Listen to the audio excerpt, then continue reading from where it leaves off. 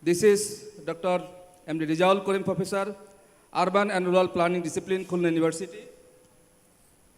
It is my honor to welcome you all to this critical session on the planning education in Bangladesh. As the session moderator, our goal today is to analyze and evaluate the challenges and opportunities that lie ahead in shaping the future planning education in Bangladesh and identify potential solutions and best practices. As you know, there are 7 universities that currently offer planning education in Bangladesh. This is public university. However, they provide education without any recognized accreditation guidelines.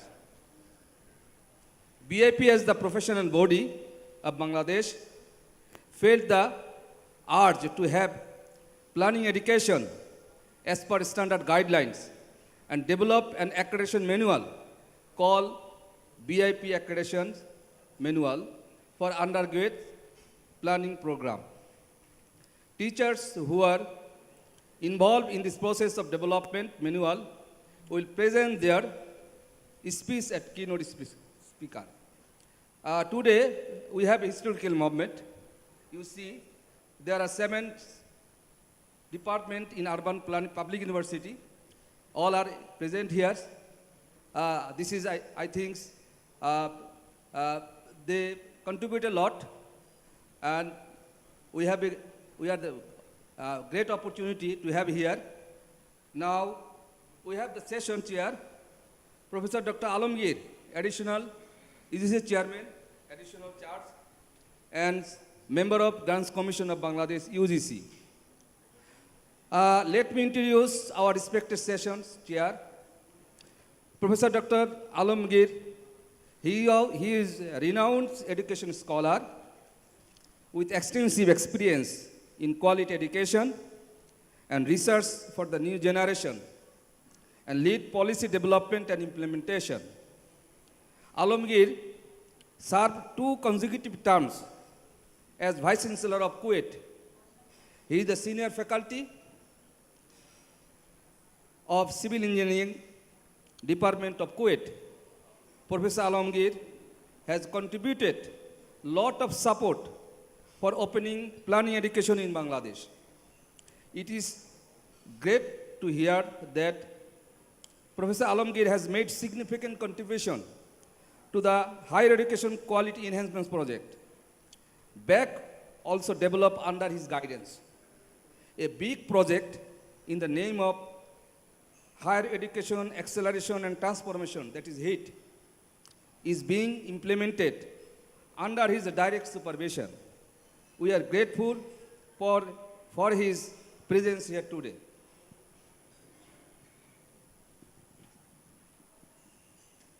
We have here with us 3 keynote speakers, Dr. Muhammad Shakil Akhtar, Professor, Department of Urban and Regional Planning, Bangladesh University of Engineering and Technology, Dr. Ghulam Moinuddin, Professor, Department of Urban and Regional Planning, Jahangir University, M.D. Zakir Hossain, Professor, Urban and Rural Planning Discipline, Khulna University. Please join me in welcoming to this session. We have asked this session's 7 valued panel experts who will guide us through this discussion. Dr. Afsana Haq, Head, Department of Urban and Regional Planning, Bangladesh University of Engineering and Technology. Dr. Kazi Saiful Islam, Professor and former Head, Urban and Rural Planning Discipline, Khulna University. Dr. Anisha Nuri Kakon, Professor and Chairman, Department of Urban and Regional Planning, Jahangir University. Dr. M.D. Kamruzzaman, Professor and Head, Department of Urban and Regional Planning, Rajshahi University of Engineering and Technology, Ruwait. Mr. Debashish Roy Raja, Head, Department of Urban and Regional Planning, Chittagong University, Chittagong University of Engineering and Technology, Chuet. Mr. Tushar Kanti Roy, Head in Charge, Department of Urban and Regional Planning, Khulna University, of Engineering and Technology, Kuwait, and MD Ashrafuzzaman Pramanik, Assistant Professor, Department of Urban and Regional Planning, Pabna University of Science and Technology. We are honored and grateful for this presence in this occasion. Thank you all for making time to attend this session of the remarkable conference.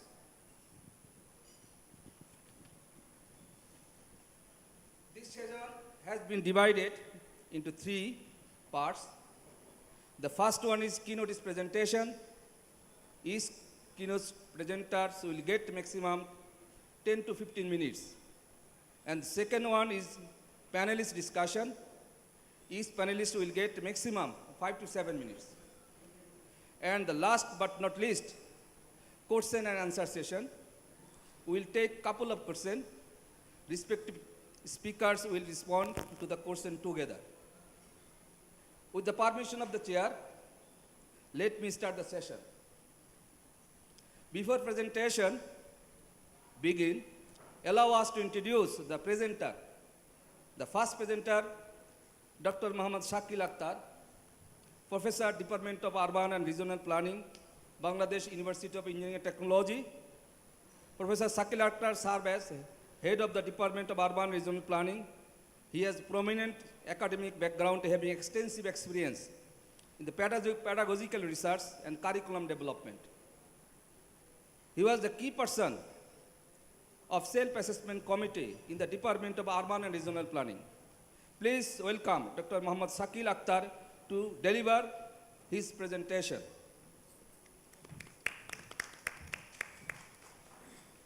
Good afternoon, distinguished guests.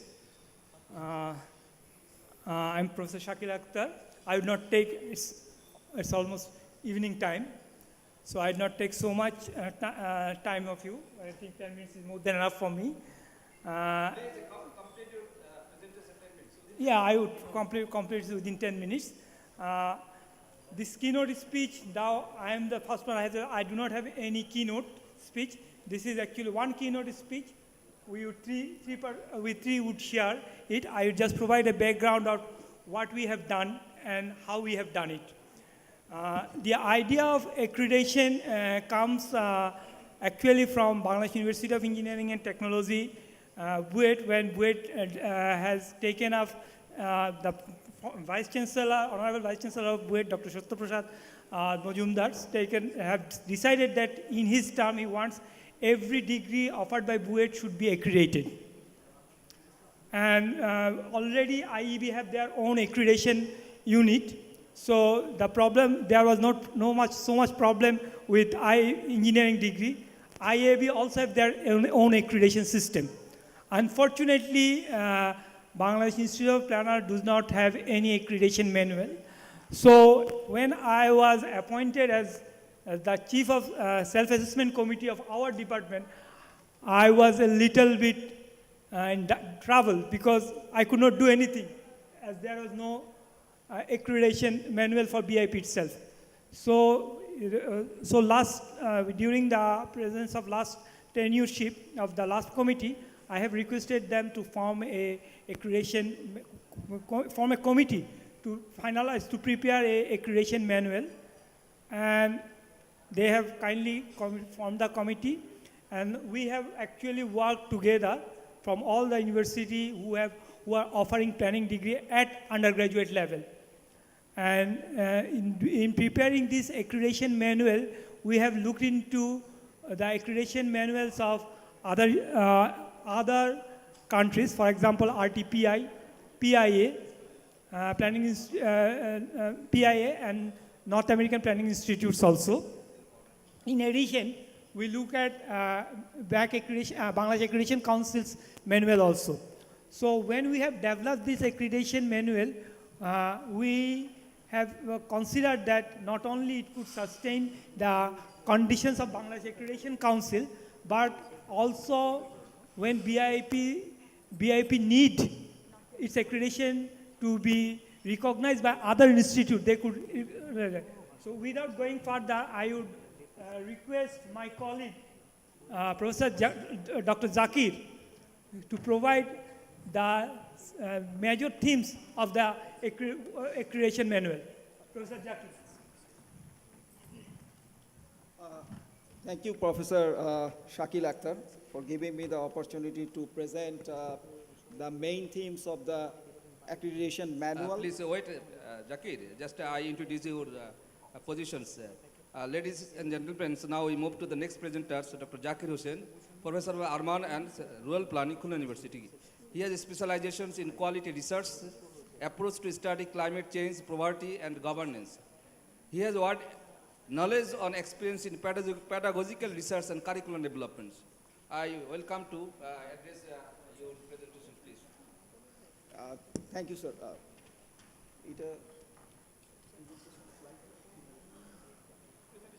Slide. So I have a slide, so that's why I need some time to project it.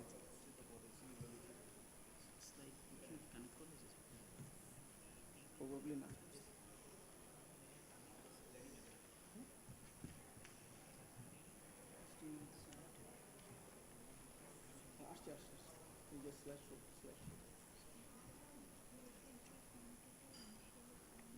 Oh, yeah. So already Professor Shakil Akhtar told about the background of the accreditation manual. So I'm not going through the why accreditation. So we have some objectives of preparing the undergraduate planning education accreditation manual. So basically we need to develop some standard so that the planning offering institute can meet those standards. So specialization, develop a specialization, also implement outcome-based education. Also, so planning education institute can get support on budget allocation and also encourage the competition among the planning institutions, basically the educational institutions, collaboration, promote collaboration, and also establish a robust system so that the planning degree offering entity can monitor and evaluate their degree programs. So I'm not going through the process. So just for developing the manual, we have some subcommittee of 4 members. So I want to introduce those people. So Professor Ghulam Moinuddin from Jahangirnagar University, myself from Khulna University, and Dr. M.D. Monjur Morshed from Kuwait, and Devashish Roy Raja from Kuwait. So we did the draft form of the manual, and then we presented, informed the planning offering entities and get their feedback. We revised the manual. So first of all, who can apply? Basically, the program offering entity who are offering the degree in planning, so they can apply for the accreditation. So undergraduate program needs to be 4-year duration. So primary focus, mainly the planning education. So course curriculum should have 152 credit hours. So student science should be 30. And ongoing graduate, like minimum 2 cohorts should successfully complete the program. And faculty strength, mainly the on third of the approval UGC approved organogram. So what is the procedure of the accreditation? So first of all, the degree offering institution should apply through developing their self-assessment report. After that, a subcommittee will form for identifying the evaluation team, and after formation of the evaluation team will responsible to review the self-assessment report, and after self-assessment report, they will visit the program offering entity, and they evaluate all the documents and the process delivering the process that delivered the curriculum and also the education process.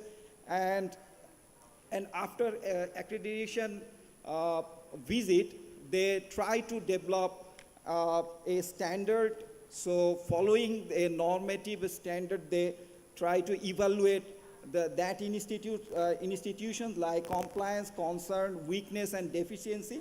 After getting that report, on sectoral committee will be formed. They will review whole process of the evaluation team, and then they transfer the report to the accreditation board, and then that board will transfer the report to the institution, and institution can respond to any of the point if they found some anomalies or they have some objection. So after that, the follow-up action will run. So mainly the decision process, and after the decision, if anybody are not happy with the decision, they can apply, and on appellate division will the dispute resolution activities, they perform the dispute resolution activities. So accreditation criteria, for building accreditation criteria, we follow the quality assurance and manual, and also the experience we got while doing some self-assessment. Doing the self-assessment, we got different comments from our experts. So those things we try to accommodate within the setting the standards. So first standards is governance. So governance is so every institutions need to revolve their educational program under aim of the degree, learning outcome, and graduate attributes. So every educational institute who are offering the planning degree, they need to have those things, and how they program manage, academic documentation, peer observation and feedback process, and all the processes should be transparent and accountable, and should have a program ordinance, and according to ordinance, they try to implement the program activities. So curriculum, the planning student need to have some general education requirements. So what type of knowledge and skills and values and professional ethics they need. So first of all, they need general educational requirements and some planning knowledge. So under the planning knowledge, we consider purpose and meaning of planning, planning theory, urban design, planning laws, human settlement and history of planning, global dimension of planning, planning skills. So we are very much open-ended here. So institute can offer their respective courses so that they can address those planning knowledge, general planning knowledge. And also the planning student need to have research knowledge, written, oral, and graphic communication, quantitative and qualitative data analysis skill. They need to have some plan creation and implementation process, knowledge about the plan creation and implementation process, project planning and monitoring knowledge, spatial planning skills, and also they have some values and ethics, some professional ethics, and equity, diversity, social justice, governance, and community engagement related courses they need to accommodate, climate change and disaster risk reduction, sustainability and environmental quality, growth and development related courses, and health and built environment related courses.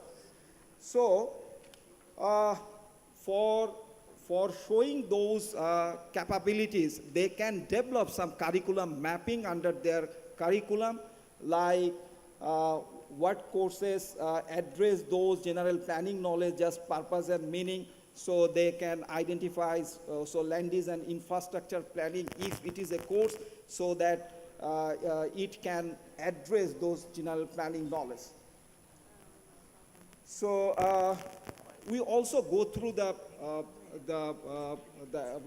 different international planning schools. So they have some area of specialization under the undergraduate course. So we set it as an optional requirement. So if on planning institution, educational institutions is want to address that issue.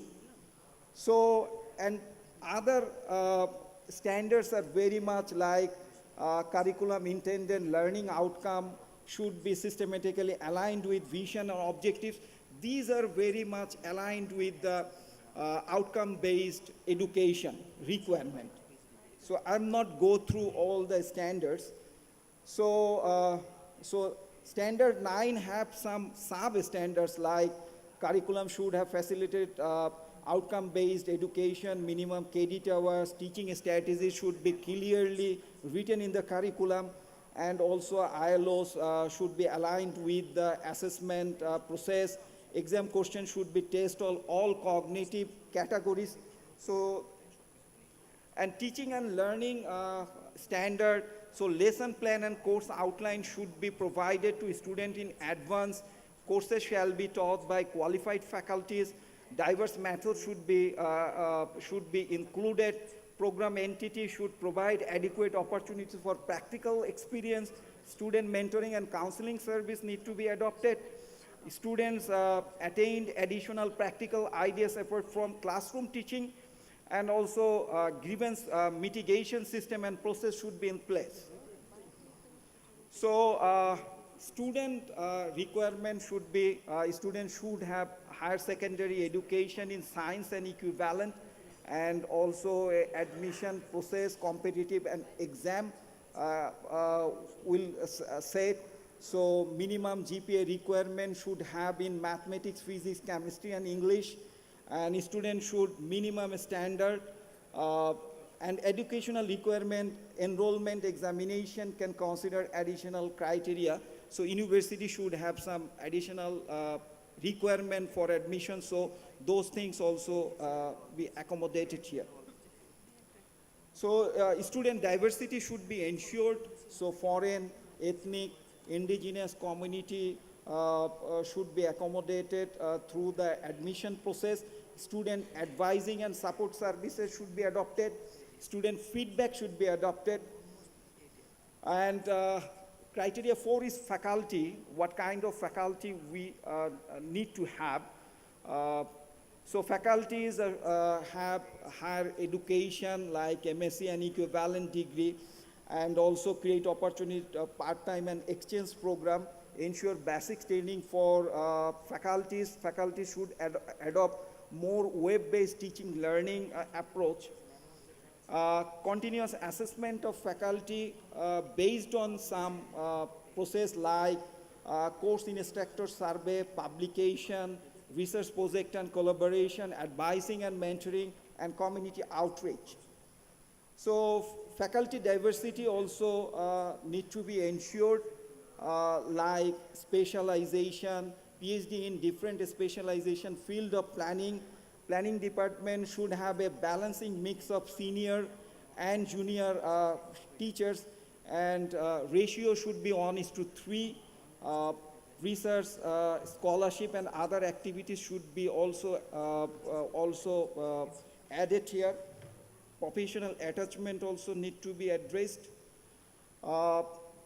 Academic facilities, what type of academic facilities we need to have a standard planning educational institution. So we need lab facilities, office space, restroom, libraries, central facilities. So, and additionally, we need some program-specific criteria. And this is very much aligned with the outcome-based education. So program educational objectives and program educational objectives should be aligned with university's vision and mission, program educational objectives, program learning objectives, and course outcome. So this can contribute to the short-term outcomes and long-term outcomes, and these are very much interrelated and complement each other. So here we follow Bangladesh National Qualification Framework, and following the National Qualification Framework, the program offering entity can develop the mission, objectives, program educational objectives, also learning outcomes, and develop alignment with those components. So here I included our experience. So we have mission of the university, Khulna University, urban and rural planning discipline have some objectives. We try to develop some educational objectives on different domains that have been discussed in the national qualification framework. So fundamental thinking, personal and social skill we need to address here. So what kind of program learning outcome we can develop from in different fundamental social thinking and personal skills, and then we try to develop some alignment with program educational objectives, alignment with the university's mission. So after that, we need to develop some mapping things like PLO and program educational objectives in different domain, fundamental social thinking and personal domain. So this is course level mapping with PLOs. So what courses achieve the PLO 1 or 2 and fundamental, and what domain they address the PLOs. And here we included on course level learning outcome. So we need to develop some basic things of the courses, rationale behind the including the course content, and what kind of CLOs they have that course, and teaching learning strategy and assessment strategy should be identified under the CLOs, and how the CLOs address the program learning outcomes. And also you have to include the recommended reading and supplementary reading. So in that way, we can develop the course level and also the program level components. So mainly very much related with the outcome-based education. And program have to develop some assessment process so that they can improve continuously. So for this, they have to develop some graduate satisfaction survey, graduate contribution to the community, student retention and graduate rates, employment outcomes of the graduate. So program offering entity need to document of the outcome of those surveys. And for the assessment, program offering entity should have some graduate attributes. So we try to develop some graduate attributes of the planning students, like planning knowledge, communication skill, problem solving, information literacy, ethical conduct and social responsibility, lifelong learning, and independence and collaboration. And urban and rural planning of Khulna University already adopted these graduate profiles in their curriculum, undergraduate planning curriculum. And process management and continuous quality improvement. So here we need to develop some process so that we can evaluate consistently our progress. So progress, we need to take feedback from students evaluation, student survey, feedback from course instructor, feedback from external stakeholders, feedback from alumni, feedback from employers. So in different process like curriculum development, consistent improvement of the program management, we should incorporate employer in different phases.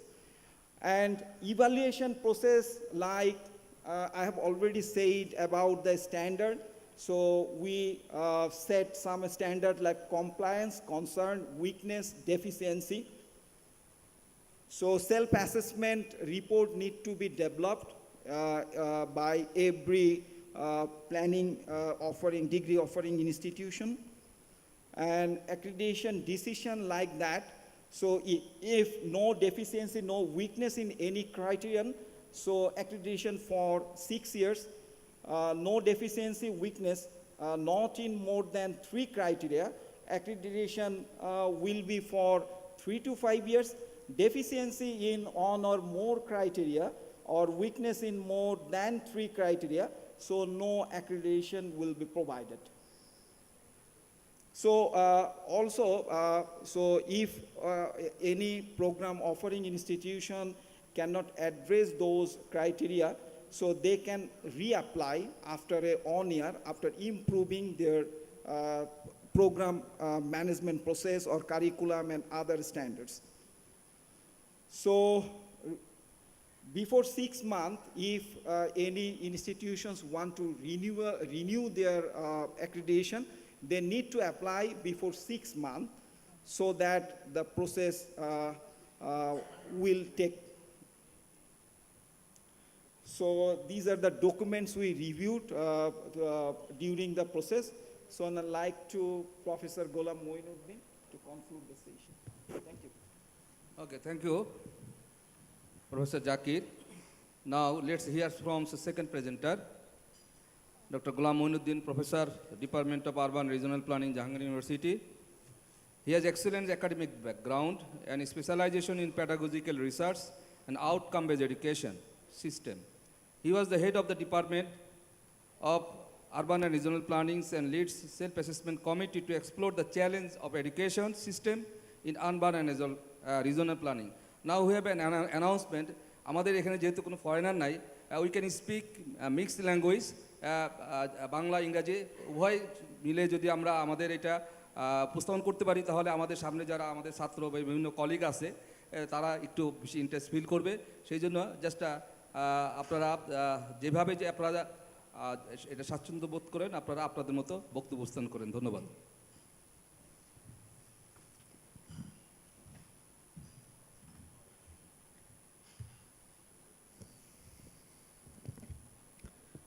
Assalamu alaikum. I'm Professor Ghulam Moinuddin, and good afternoon, or I should say good late afternoon, because it's pretty late.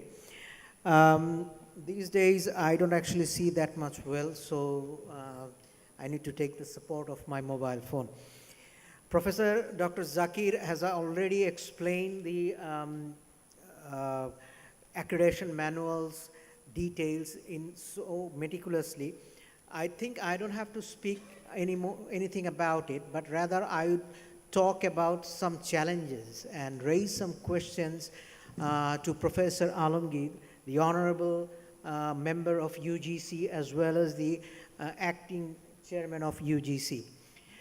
I had the opportunity of seeing at least 3 transitions, and on the 4th, I was part of making the rules and regulations or the accreditation manual, how the transition or the 4th transition will evolve or take place.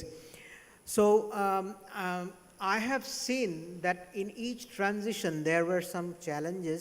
Some were seen, or some were very perceived ones, and some were unseen. But the departments and the degree providing entities had been successful so far in addressing those challenges. Now, with the 4th transition, which we are calling the switching to OB-based curriculum and accreditations, how we should proceed. Before moving on to the underpinnings of proceeding, I think it's better to focus on the challenges. As a member of the accreditation preparing committee, I noticed there are some challenges. One being, first of all, the orientation of the students as well as the teachers. You see, planning is very much a temporal and contextual discipline. So it implies that over the time it will change, over the place it will have different fascia. So the students as well as the teachers, or I should say collectively the professionals, be it in the fields or in the teaching arena, they need to have the orientation or mind set up to reorient themselves from time to time to adapt to the needs of the growing and ever-changing market. You might have objection to the word market, but trust me, when the graduates come out from the school, they are actually exposed to the market. By market, I mean job market. So this job market is not only confined within the local entity, it's actually within local entity as well as in the overseas. So unofficially or officially, we are producing manpower to the world as a whole. How are we prepared to do that? Are we really prepared to do that? First of all, I believe while preparing the accreditation manual, let's start with ourselves, the teachers. We need to reorient to our teaching philosophy, and that has to be well trained, and the responsibility actually eventually goes or heads towards UGC. Secondly, while preparing the accreditation manual, I came across with a challenging proposition. That is, the 7 schools that are offering the urban and regional or urban and rural planning degrees, they have been established with different ordinances. I belong to a university that is collectively or fortunately or unfortunately being regarded as one of the big fours, which is completely different than the other 6 schools. Here, the academic council, the syndicate, the faculties, they are much, much, much powerful, and they have very strong voice, which has been established in the last 50 or 60 or 70 years, as long as the university is running. For other schools, as I myself was once upon a time a faculty at the Khulna University, I saw that the rules of business is pretty much straightforward. Whatever comes from the top, it goes directly on to the action. But in the big fours, the story is a little bit different. So how are we going to address a uniform umbrella accreditation legal framework onto diverse degree providing entity? That's a big challenge. If you are to impose that onto the one of the big fours, the 73's Act of Jahangirnagar University needs to be changed. That's a task close to an impossibility. So what to do? There is only one way, that is to convince the university authorities, the professors, the faculties, that what we are doing, the accreditation or the transition of academia is meant for the well-being, for the future, and for accommodating the knowledge, know-how, and techniques, as well as technical know-how for the students as well as for the university. Not to mention, it is also for receiving the accreditation from local as well as overseas accrediting authorities.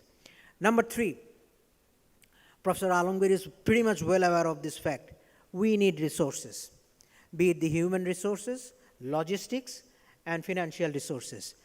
You see, to excel, you don't just only need a bunch of papers that clearly states, organizationally states, well, this is what you have to teach, this is how you have to teach, blah, blah, blah. You need resources. I have incorporated extensive volume of IT courses in my curriculum, but I don't have sufficiently equipped IT laboratories. I think the story is pretty much similar for every universities, public universities here. You might always ask, as a big university, what exactly are you doing? Well, we are not a business entity. We need funding. And still, we are not at a culture where industry and education institute are at a parity to develop funds.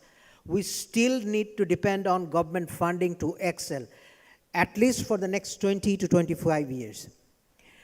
Thirdly, there is a need to orient ourselves as well as the students as well as the accrediting authority how to evaluate the degree providing entities. There are lots of methods. Which one actually is applicable for a particular institute? You see, we have to accommodate the very essence of the institute's character. Again, I'm telling that not all the 7 schools are of similar character. They have different essences, different ordinances, different characters. So these characters needs to be embedded while evaluating their programs, while evaluating their resource needs, and while evaluating their course of excellence over the time.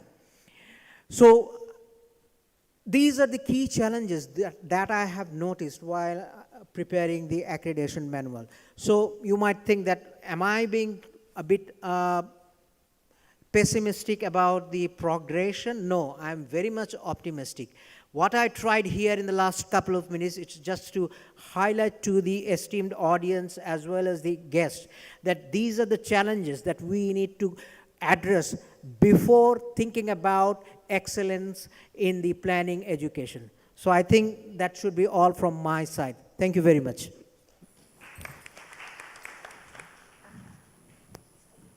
Thank you, Professor Muinuddin Chishti. Now, ladies and gentlemen, we have a distinguished panel expert here to share their insight on the critical issue. I am sure your insight will guide us towards actionable solution for the planning education in Bangladesh. To set this stage, let's hear from the each panelist on their perspective regarding the current state of education in Bangladesh and their recommendation for future planning. Before discussions begin, allow us to introduce the first panelist, Dr. Afsana Haq, Professor and Head, Department of Urban and Regional Planning, Bangladesh, University of Engineering and Technology.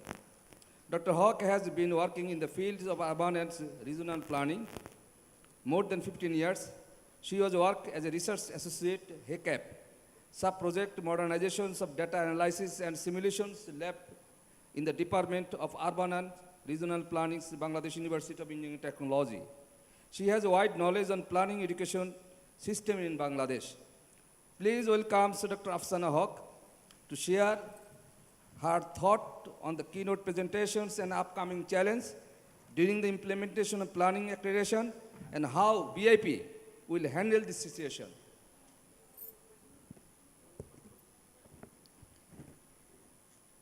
আজকের অনুষ্ঠানের সম্মানিত সভাপতি, moderator, মঞ্চে উপবিষ্ট আমার সকল সহকর্মীবৃন্দ এবং উপস্থিত সুধীবৃন্দ এবং বিশেষত আজকে যারা প্ল্যানিং গ্র্যাজুয়েট হিসেবে বা প্ল্যানিংয়ের ছাত্রছাত্রী হিসেবে এখানে উপস্থিত আছে তাদের সবাইকে আসসালামু আলাইকুম এবং শুভ অপরাহ্ন। আমি শুরুতেই ধন্যবাদ জানাই বিআইপিকে। কেমন করে যেন আমি এই আয়োজনের সাথে সম্পৃক্ত হয়ে গেছি এমনভাবে যেখানটায় আমরা বাংলাদেশ প্রকৌশল বিশ্ববিদ্যালয়ের নগর অঞ্চল পরিকল্পনা বিভাগ থেকে, যদি আমার তারিখটা ঠিকমতো স্মরণ থাকে, গত 8ই মে 2021 আমরা একটি জুম মিটিং করেছিলাম যেখানটায় বিভাগ থেকে আমরা বিআইপিকে বলতে চেয়েছি যে সকল প্ল্যানিং স্কুলকে একত্র করে অ্যাক্রিডিটেশনের ম্যানুয়ালটা তৈরি করা প্রয়োজন।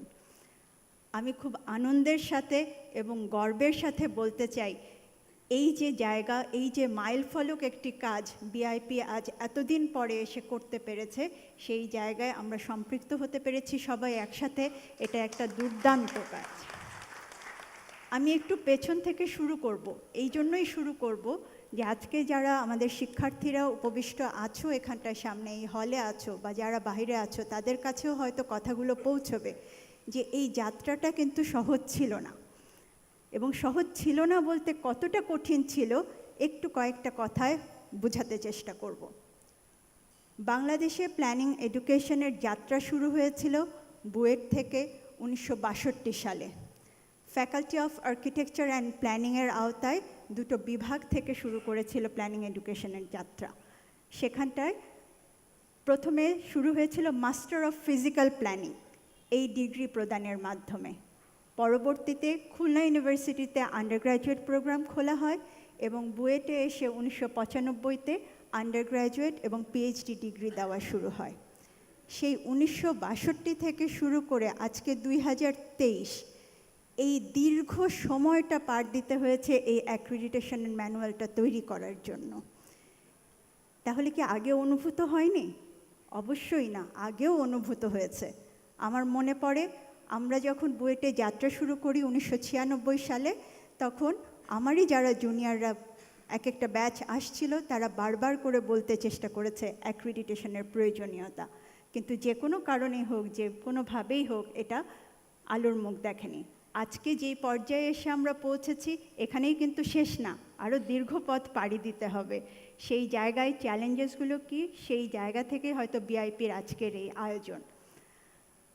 আমরা বুয়েটে যখন কাজ শুরু করেছিলাম, এবং যেটা বোধ করি এই মুহূর্তের যে 7টা প্ল্যানিং স্কুল আছে প্রত্যেকের জন্য সত্য কম বেশি, আমরা ইঞ্জিনিয়ারিং ইউনিভার্সিটির আওতায় আমাদের প্ল্যানিং প্রোগ্রামটা চলছে। ব্যতিক্রম এখানটায় খুলনা ইউনিভার্সিটি, জাহাঙ্গীরনগর ইউনিভার্সিটি। সেখানটায় বুয়েটের যে ইনস্টিটিউশনাল কোয়ালিটি অ্যাসুরেন্স সেল, এটা 2021 সালে প্রথম আমাদের অ্যাক্রিডিটেশন ম্যানুয়াল তৈরির যেই প্রয়োজনীয়তা সেটা অনুভব করতে সাহায্য করেছিল। কারণ আউটকাম বেসড এডুকেশনের আওতায় আমাদের কারিকুলাম ডেভেলপমেন্টের কথা বলা হয়েছিল, এবং সেই ডেভেলপমেন্ট করতে গিয়ে আমরা দেখি যে বায়েট ইঞ্জিনিয়ারিং এডুকেশনকে অ্যাক্রিডিটেট করছে, ইনস্টিটিউট অফ আর্কিটেকচার তারাও হচ্ছে তাদের নিজস্ব ম্যানুয়াল আছে, কিন্তু আমাদের ক্ষেত্রে তো তা নাই, বিআইপির জন্য তো সেরকম কিছু নাই। তাহলে আমরা কাকে আশ্রয় করে এগোবো? এবং সেই জায়গা থেকেই আমি যেই মিটিংটার কথা বলছিলাম, সেটার অবতারণা, সেটার সূত্রপাত। আমরা আমাদের কাজ করার যেহেতু একটা বাধ্যবাধকতা ছিল, 2021 থেকে শুরু হয়ে আমাদের ইউনিভার্সিটিতে এটা 1 বছরের মধ্যে এরকম একটা ওবি কারিকুলাম ডেভেলপ করা এবং তার আওতায় সেলফ অ্যাসেসমেন্ট রিপোর্ট তৈরি করার প্রয়োজনীয়তা ছিল। আমরা পাশাপাশি কাজ করতে চেষ্টা করেছি, আমাদের প্রতিনিধি বিআইপিকে সাপোর্ট করেছেন। আমরা করতে গিয়ে দেখেছি বাংলাদেশ ন্যাশনাল কোয়ালিফিকেশনস ফ্রেমওয়ার্ককে আমরা প্ল্যানিং অ্যাক্রিডিটেশন বোর্ড, নর্থ আমেরিকায় যারা অ্যাক্রিডিটেশন দেন, সেই সাথে আরটিপিআই এবং প্ল্যানিং ইনস্টিটিউট অস্ট্রেলিয়া, ওনাদের যে ম্যানুয়ালসগুলো সেগুলোকে ফলো করতে চেষ্টা করেছি। এবং আমাদের 2 বছরের যেই পথ পরিক্রমা, তার মধ্যে দেখেছি যে planning accreditation board north American যে ডিগ্রিগুলোকে অ্যাক্রিডিটেট করছে, প্ল্যানিং ডিগ্রিগুলোকে অ্যাক্রিডিটেট করেছে, তারাও কিন্তু তাদের যেই ম্যানুয়ালে পরিবর্তন নিয়ে এসেছে। এবং শুরুতে তারা যেইভাবে প্ল্যানিং প্রোগ্রামের আউটকামগুলোকে ডিফাইন করছিলেন, পরবর্তীতে এটার মধ্যে আরও অনেক জেনারেলাইজেশনের ব্যাপার এসছে, যেটা প্রফেসর মঈনুদ্দিন মানে খুব স্বাভাবিকভাবেই বলছিলেন যে এই চ্যালেঞ্জেসগুলো বাইরের দেশে যেরকমভাবে আছে, আমার নিজের ভেতরে কিন্তু আরও অনেক প্রকটভাবে আছে। এখানে ইউজিসির চেয়ারম্যান মহোদয় আছেন, আমি ওনার দৃষ্টি আকর্ষণ করতে চাইব। প্রফেসর মঈনুদ্দিন যেই বিষয়গুলো উচ্চারণ করেছেন সেটা তো আছেই, তার সাথে আরেকটা খুব ক্রুশিয়াল বিষয় কিন্তু রয়ে গেছে, সেটা হচ্ছে বাংলাদেশ অ্যাক্রিডিটেশন কাউন্সিল, ওনাদের কাছ থেকে আমাদের ডিগ্রির অ্যাক্রিডিটেট করাতে হবে। বিআইপি এখানে যতই অ্যাক্রিডিটেট করুক না কেন, সারা পৃথিবী জোড়া প্রফেশনাল বডি কিন্তু তার ডিগ্রিকে অ্যাক্রিডিটেট করে, কিন্তু বিআইপিকে এটা অ্যাক্রিডিটেট করার জন্য রেকগনিশনটা কিন্তু পেতে হবে। বাংলাদেশ অ্যাক্রিডিটেশন কাউন্সিল বলি বা গভর্নমেন্টের পক্ষ থেকে বলি, আমাকে সেই অথরিটিটা কিন্তু দিতে হবে যে বিআইপির অ্যাক্রিডিটেট করা প্রোগ্রামটাকে আমরা এগিয়ে নিয়ে যাব, এটাকে ফার্দার আর কোনো অ্যাক্রিডিটেশনের প্রয়োজন হবে না।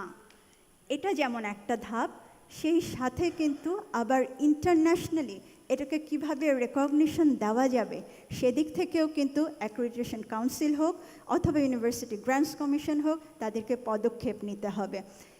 ইঞ্জিনিয়ারিং এডুকেশনের ক্ষেত্রে বায়েট তার নিজের মতো করে প্রোগ্রাম যেমন অ্যাক্রিডিটেট করছে, সেই সাথে তারা ওয়াশিংটন অ্যাকর্ডকে ফলো করার কথা বলছে। আর্কিটেকচার ডিপার্টমেন্টগুলোর জন্য ওনাদের ভিন্ন মেকানিজম আছে, কিন্তু আমাদের যেই যাত্রাটা শুরু হলো সেই যাত্রাটা যেন থেমে না যায়, সেই যাত্রাটাকে যেন আরও বলিষ্ঠভাবে এগিয়ে নিয়ে যাওয়া যায়, সেই বিষয়ে ইউনিভার্সিটি গ্র্যান্টস কমিশন এবং তার সাথে সরকারি যে সকল সংস্থার প্রয়োজন পড়বে তারা যেন সহযোগিতার হাত আমাদের জন্য বাড়িয়ে দেন। আমি পরিশেষে শেষ করব এভাবে, পরিকল্পনার প্রয়োজনীয়তা দেশ একটু একটু করে বুঝছে। যেভাবে 96 সাল থেকে আন্ডারগ্র্যাড প্রোগ্রাম শুরু করার সময় আমরা হাতড়ে বেড়াতাম, সেই জায়গাটা নাই। এখন অনেক বলিষ্ঠভাবে আমাদের যারা গ্র্যাজুয়েটস আছেন তারা বিভিন্ন জায়গায় তাদের কর্মদক্ষতার স্বাক্ষর রেখে চলেছেন। শুধু দেশের ভেতরে না, দেশের বাহিরেও পরিকল্পনার বিভিন্ন পেশায় তারা তাদের বলিষ্ঠ স্বাক্ষর রেখে চলেছেন। এমন একটা পরিস্থিতিতে যেখানে দেশ বলছে সাস্টেইনেবল ডেভেলপমেন্ট গোলস অ্যাচিভ করার জন্য আমাদের প্ল্যানারদের দরকার, উল্লেখযোগ্য গোল নাম্বার 11, সেরকম একটা জায়গায় প্ল্যানিং প্রফেশনকে আরও এগিয়ে নিতে এই অ্যাক্রিডিটেশন প্রোগ্রাম কিন্তু সহায়ক ভূমিকায় পালন করবে এবং সেই জায়গায় ইউনিভার্সিটি গ্র্যান্টস কমিশন আমাদেরকে সহযোগিতা করবে বলেই আমাদের দৃঢ় বিশ্বাস। ধন্যবাদ সবাইকে। ধন্যবাদ Professor Afsana Haq for your valuable thoughts. Now let's hear from the second panelist, Dr. Qazi Saiful Islam, Professor and former head, Urban and Rural Planning Discipline, Khulna University. He has contributed to many vital projects in Bangladesh in different capacities, like Dhaka Detail Area Plans, Khulna Detail Area Plan, Benapol Joshor's Corridor Project, etc. He has a strong academic background. Dr. Saiful Islam have shown excellent performance for implementing outcome-based curriculum in his department when he was head of the discipline. I welcome to present Professor Dr. Saiful Islam regarding the issues on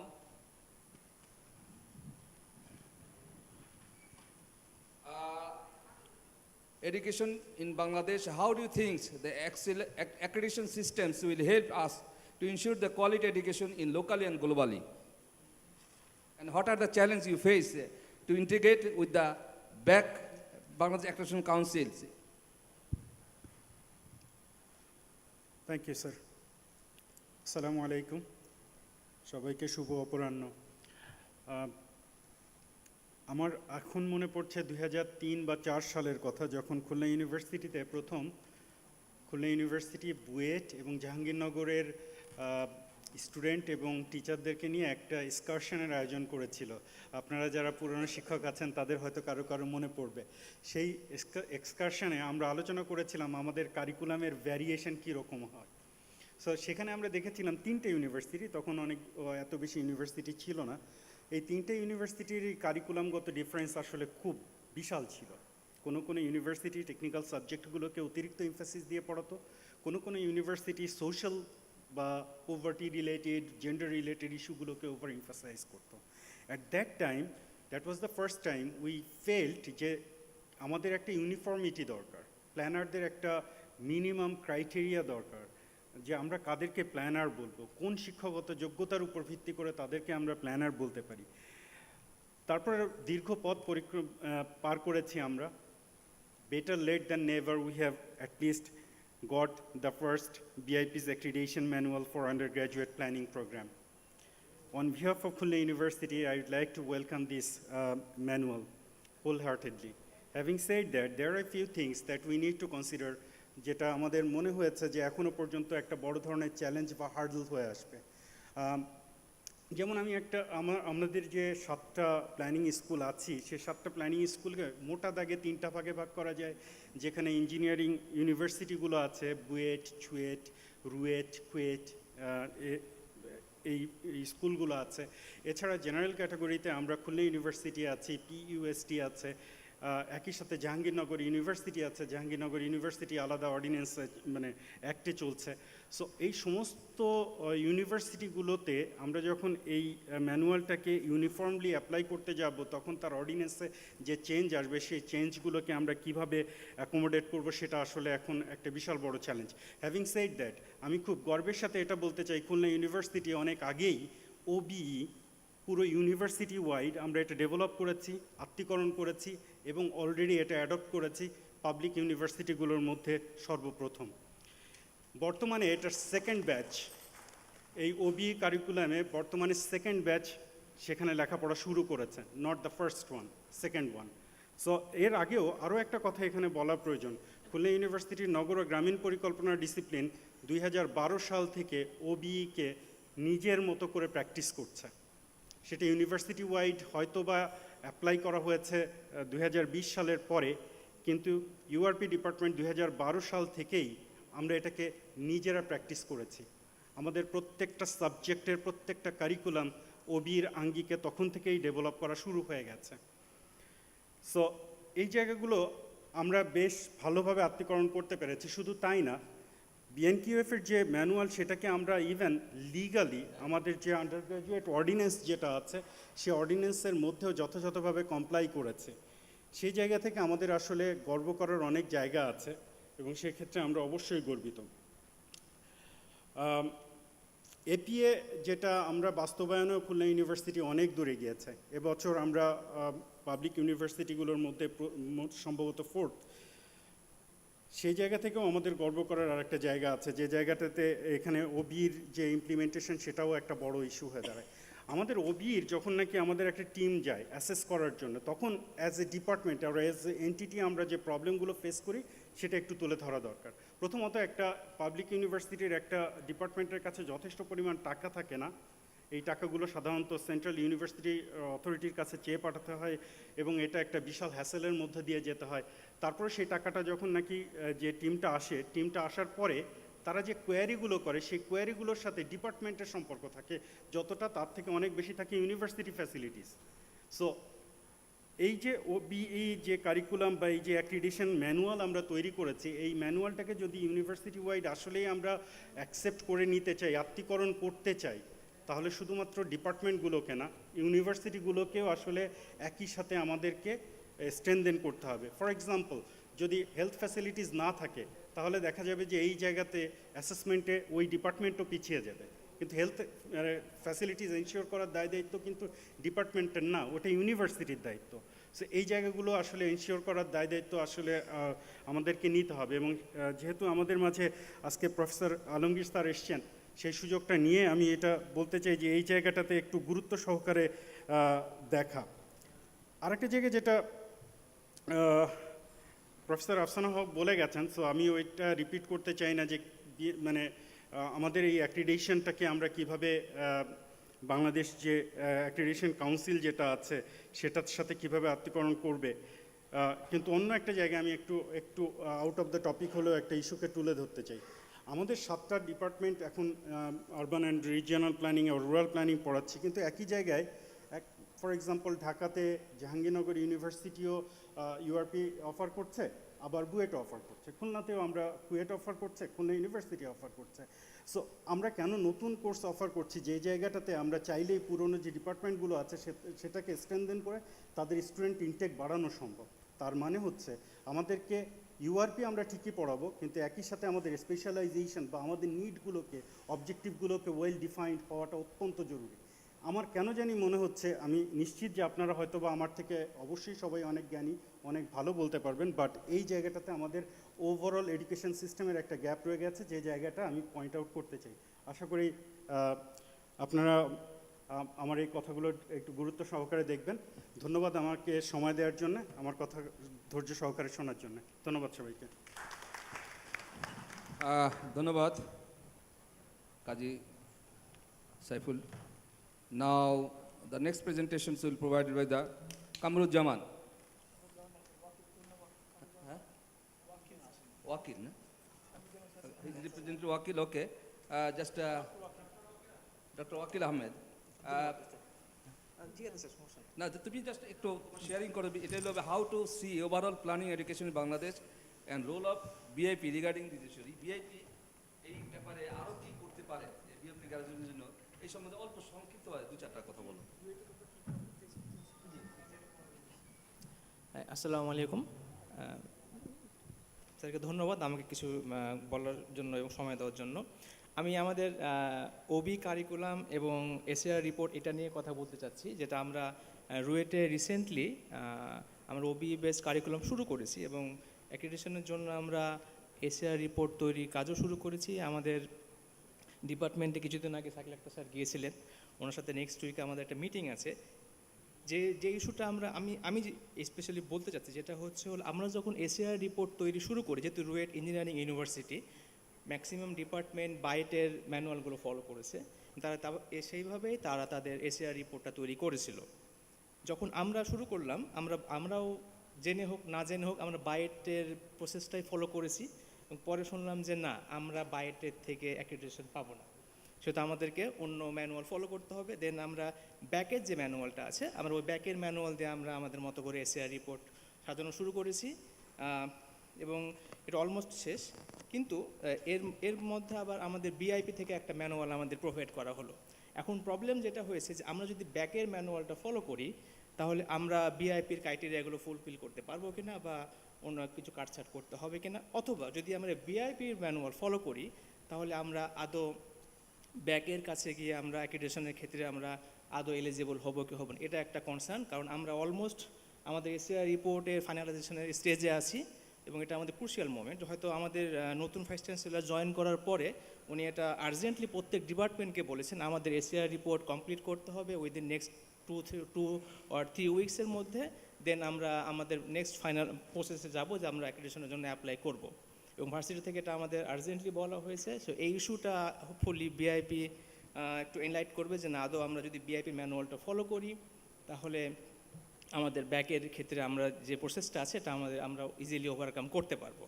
এবং যেহেতু VIP এবং আমি যতটুকু মনে পড়ছে, আমাদের একটা মিটিংয়ে আমি ছিলাম এই ম্যানুয়াল তৈরির সময়, সম্ভবত জানুয়ারিতে, যদি আমি ভুল না বলে থাকি, তখন বলা হয়েছিল যে বিআইপি এবং ব্যাকের মধ্যে একটা এমইউ বা এরকম কিছু একটা যদি আমরা সাইন করাতে পারি, তাহলে পারে কেউ যদি বিআইপির অ্যাক্রিডিটেশন পেয়ে যায়, তাহলে ব্যাকেটটা পাওয়ার জন্য আর এক্সট্রা কোনো কিছু না করলেও চলবে।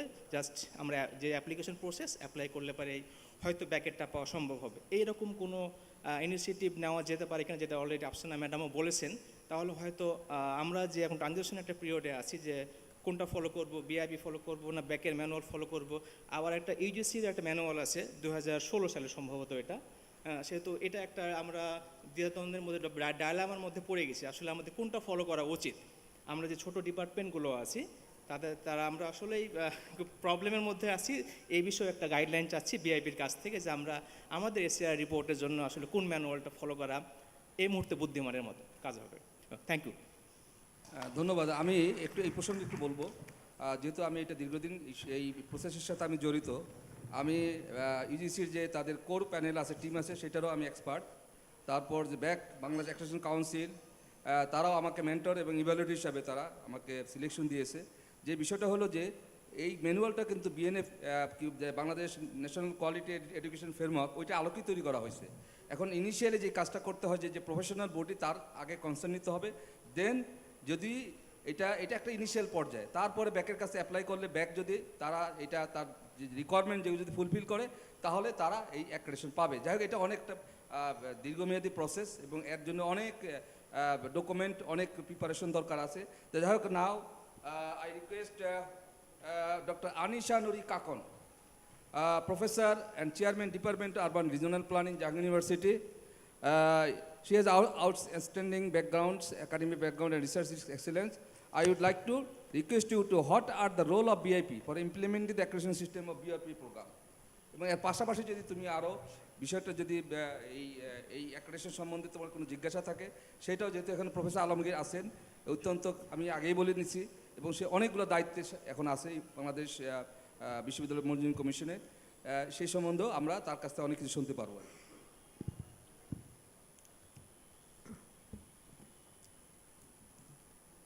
প্রথমেই ধন্যবাদ জানাই স্যার আমাকে সুযোগ দেওয়ার জন্য। মঞ্চে উপবিষ্ট আজকের এই আয়োজনের চেয়ারম্যান, মডারেটর, কিনোট স্পিকার এবং সকল পেনাল্টিজ, সকলকে আসসালামু আলাইকুম।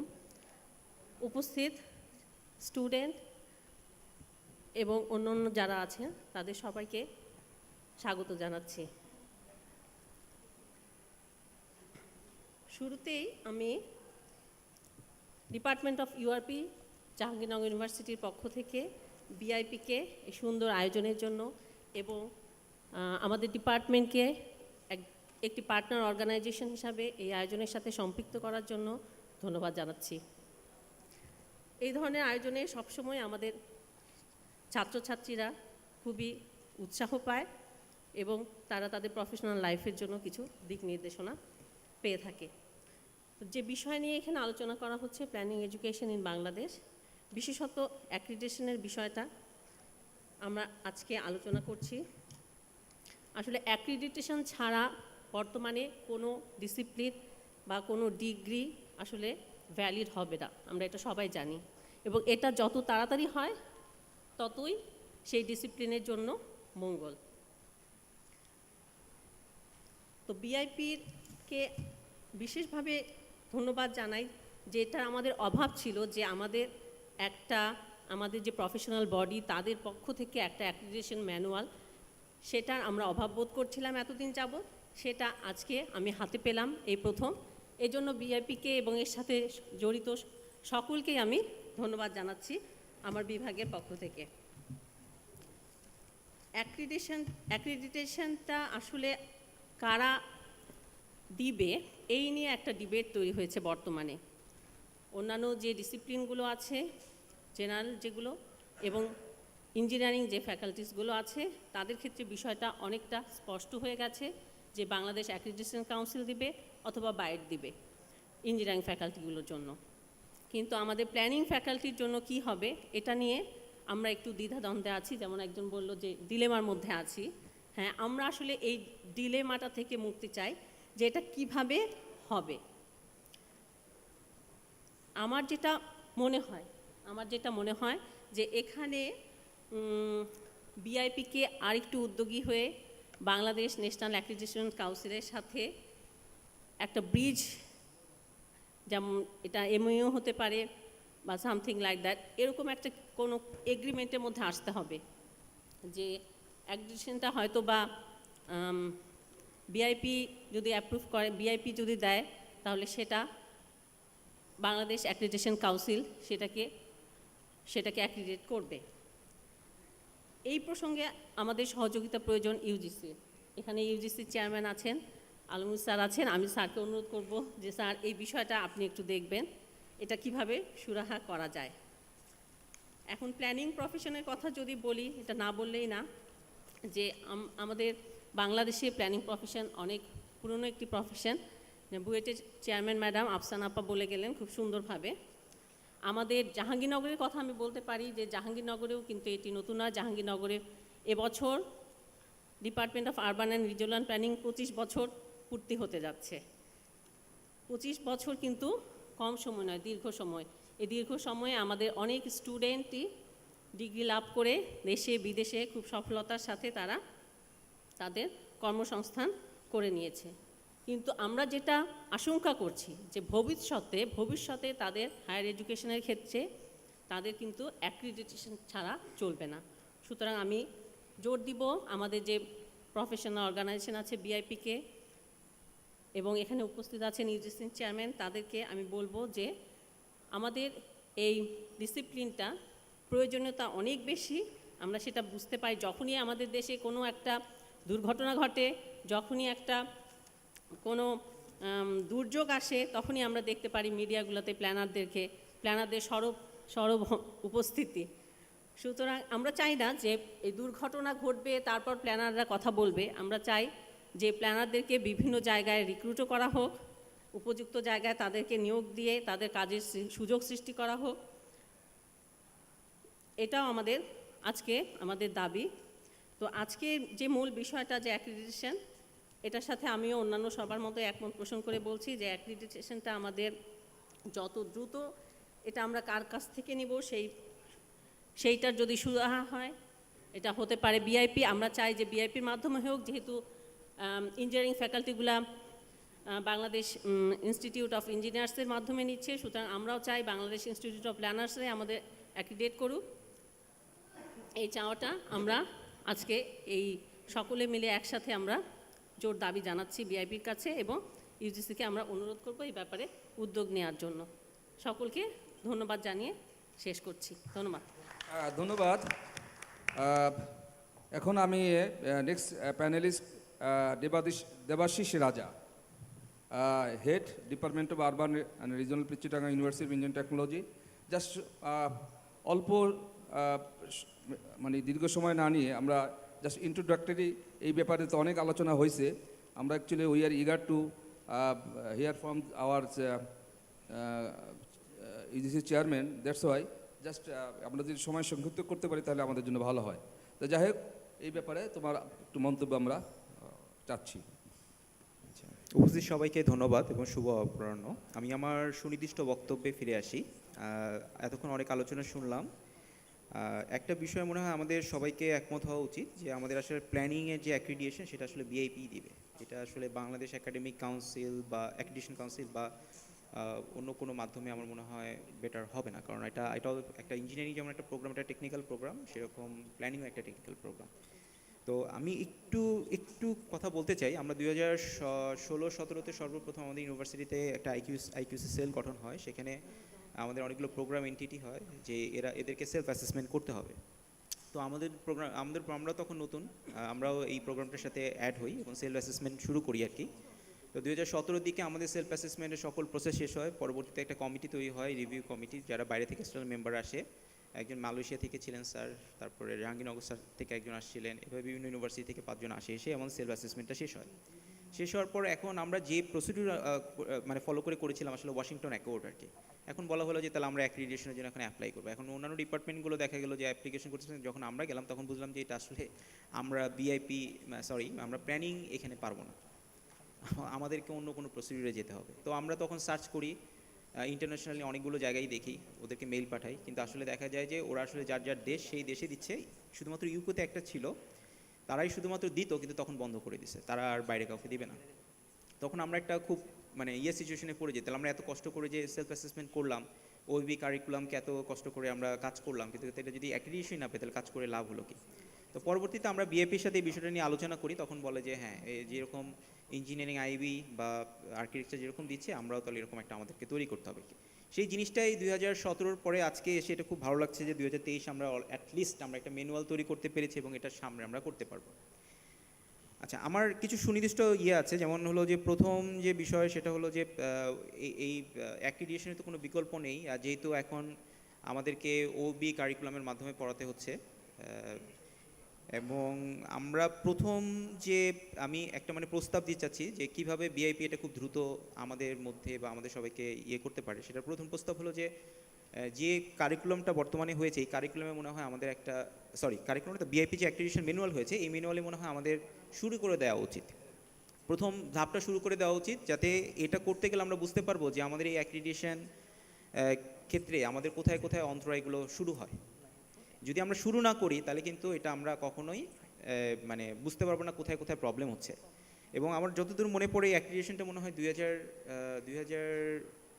আমি যদি ভুল না করি 2020-এ মনে হয় অলমোস্ট আমরা শেষ করে ফেলছি। আজকে 2023, হ্যাঁ 22-এ, আচ্ছা 22-এ শুরু করেছিলাম আমরা, এখন 2023, অলমোস্ট 1 বছর বেশি, অনেক বেশি সময় চলে গেছে, 1.5 বছরের মতো মনে হয়। তো যদি এটাকে যদি ফলো করে যদি আমরা করতে পারি তাহলে আমরা বুঝতে পারবো যে এখানে আমাদের কি ইনক্লুড করতে হবে বা এক্সক্লুড করতে হবে। আর আরেকটা বিষয় হলো যে প্রথমবার যেহেতু আমরা করছি, আমার বিআইপির সভাপতি ওনার কাছে আমার একটা রিকোয়েস্ট থাকবে যে আমাদের প্রথম যে খরচটা আছে, ইউনিভার্সিটির যে খরচ, যেটাকে আমরা পেমেন্ট ফি আমরা বলছি, এটা প্রথমবারের জন্য আমাদেরকে কোনোভাবে এটা হেল্প করা যায় কিনা, মওকুফ করা যায় কিনা প্রথমবার। আচ্ছা, এটা একটা।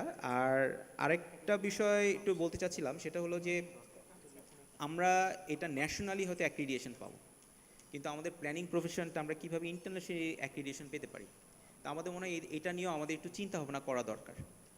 যে ইন্টারন্যাশনালি যদি আমরা প্ল্যানিং ডিগ্রি নিলাম, নেওয়ার পর সেই ডিগ্রির অ্যাক্রিডিয়েশন দিচ্ছে হলো বিআইপি, ওকে ফাইন, সেটা আমরা ন্যাশনালি আমরা অ্যাক্রিডিয়েট হলাম, কিন্তু আমরা যখন আমাদের ডিগ্রিটা নিয়ে দেশের বাইরে যাব তখন তারা কিভাবে আমাদের এই অ্যাক্রিডিয়েশনটাকে ন্যাশনালি অ্যাকসেপ্টেড করবে। আমরা এটা নিয়ে একটু বিআইপি কাজ করা উচিত। এবং আমাদের ইউজিসি চেয়ারম্যান স্যারের কাছেও আমার একটা রিকোয়েস্ট আর কি, যে আমাদের যে ব্যাক আছে, যেটা মাধ্যমে আছে বা আমাদের এটা আসলে তার আলোকেই করা। আমরা যেহেতু এখানে কাজ করেছি অনেকেই দেখেছি, তো দুটোকে কিভাবে একটা হলে আরেকটা কিভাবে সামঞ্জস্য করা যায়। দুটোর জন্য আলাদা আলাদাভাবে আমাদের করতে গেলে আমরা অ্যাকাডেমিশিয়ান যারা আছে আমাদের আসলে হিউজ পরিমাণ লোড পড়ে যাবে, কারণ দুইটার ফরম্যাট একটু ভিন্ন। ওটা যেহেতু প্রত্যেকটা সাবজেক্টের জন্য করা, ওটার যে ফরম্যাট আর এখানে যে ফরম্যাটটা আছে, এটা ফরম্যাটটা টোটালি ডিফারেন্ট।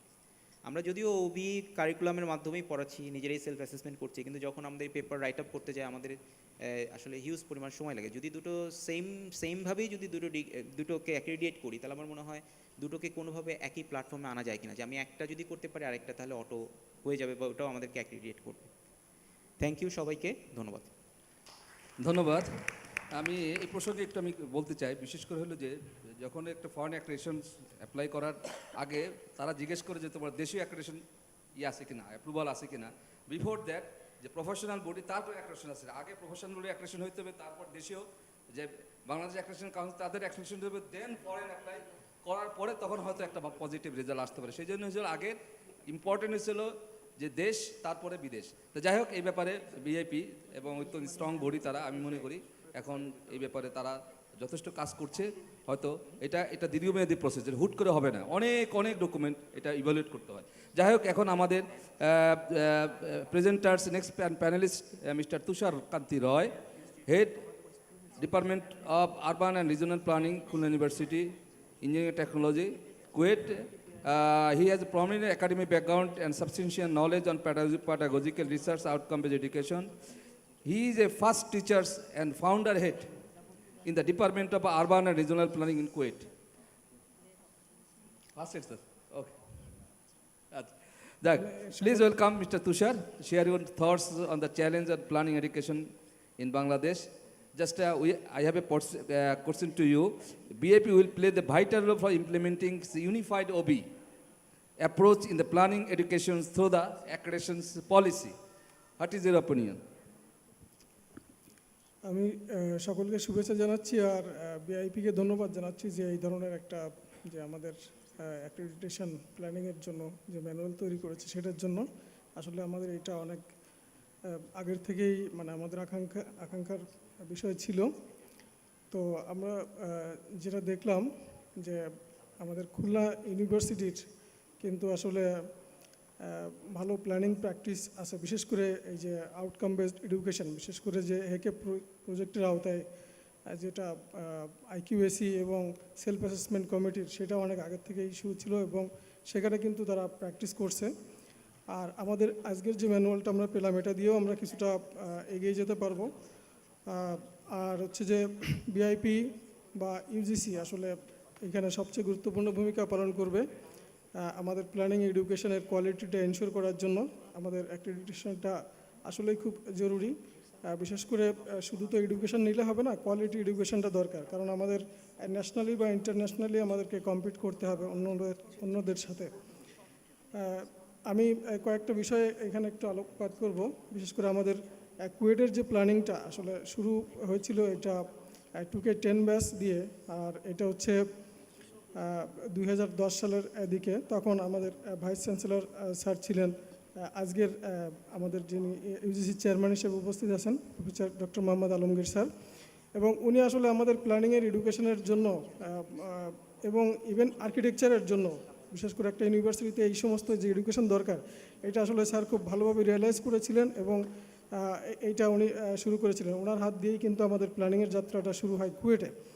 তো উনি আমাদের নতুন একটা ভবন, চমৎকার একটা ভবন উপহার দিয়েছেন। কিন্তু আমাদের ওখান থেকে এ পর্যন্ত 8টি ব্যাচ বেরিয়ে গেছে, প্রায় 400 বেশি স্টুডেন্ট, এবং তারা মোটামুটি দেশে বিদেশে ভালো কাজ করছে। কিন্তু তারপরেও কিন্তু তাদের জব স্যাটিসফ্যাকশন ওইভাবেই নাই। আসলে এখানে কোয়ালিটি এডুকেশনটাও জরুরি, এবং আমাদের যে শুধু তো এডুকেশন দিলে হবে না, ফ্যাসিলিটিসটাও একটু বেশি করে বাড়াতে হবে। আমাদের সবগুলো ইউনিভার্সিটিতেই মূলত কিন্তু জিআইএস রিমোট সেন্সিং ল্যাব আছে, কিন্তু আরও কিছু স্পেশালাইজড ল্যাব দরকার। যেমন হচ্ছে যে যেমন রুরাল প্ল্যানিং স্টুডিও আছে, আরবান প্ল্যানিং স্টুডিও আছে, আরবান সিমুলেশন ল্যাব আছে। এই সমস্ত বিষয় কিন্তু আমাদের অনেকটা অপ্রতুলতা রয়ে গেছে। সবচেয়ে বড় সমস্যা যেটা, যেহেতু কোয়ালিটির বিষয়ে, যে আমাদের ইউনিভার্সিটিতে কিন্তু টিচার সংকটে আমরা খুব ভুগছি। স্যার একটু এটা দেখবেন, আসলে পিএইচডি ডিগ্রিধারী টিচারের সংখ্যা খুবই কম।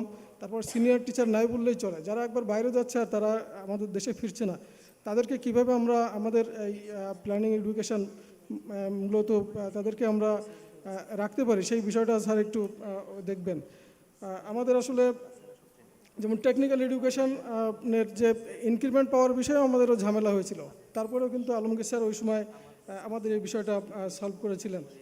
তো আমি আর বেশি কিছু বলছি না, স্যার আছেন, স্যার ভালো বুঝবেন। আর আমাদের রেজাউল করিম স্যার আসলে যিনি বিশেষ করে খুলনা ইউনিভার্সিটির প্ল্যানিংয়ের উনি ফাউন্ডার ছিলেন, মানে বিভাগীয় প্রধান হিসেবে, এবং উনি কিন্তু আসলে প্ল্যানিংয়ের কোয়ালিটি এডুকেশন এনশিওর করার জন্য উনি আইকিউএসি বা হেকে প্রজেক্টের থেকে উনি অনেক চেষ্টা করেছেন। দুইজনে আমার স্যার, আপনারা আরও সুচিন্তিত মতামত দিবেন যাতে আমরা আসলেই মানে ভালো স্ট্যান্ডার্ড এবং কোয়ালিটি প্ল্যানিং এডুকেশন আমরা ছাত্রদেরকে দিতে পারি এবং আমরা যাতে ভালোভাবে এই অ্যাক্রিডিটেশনের এটা পেতে পারি, সুফলটা পেতে পারি। সকলকে ধন্যবাদ। হ্যাঁ, ধন্যবাদ তুষার।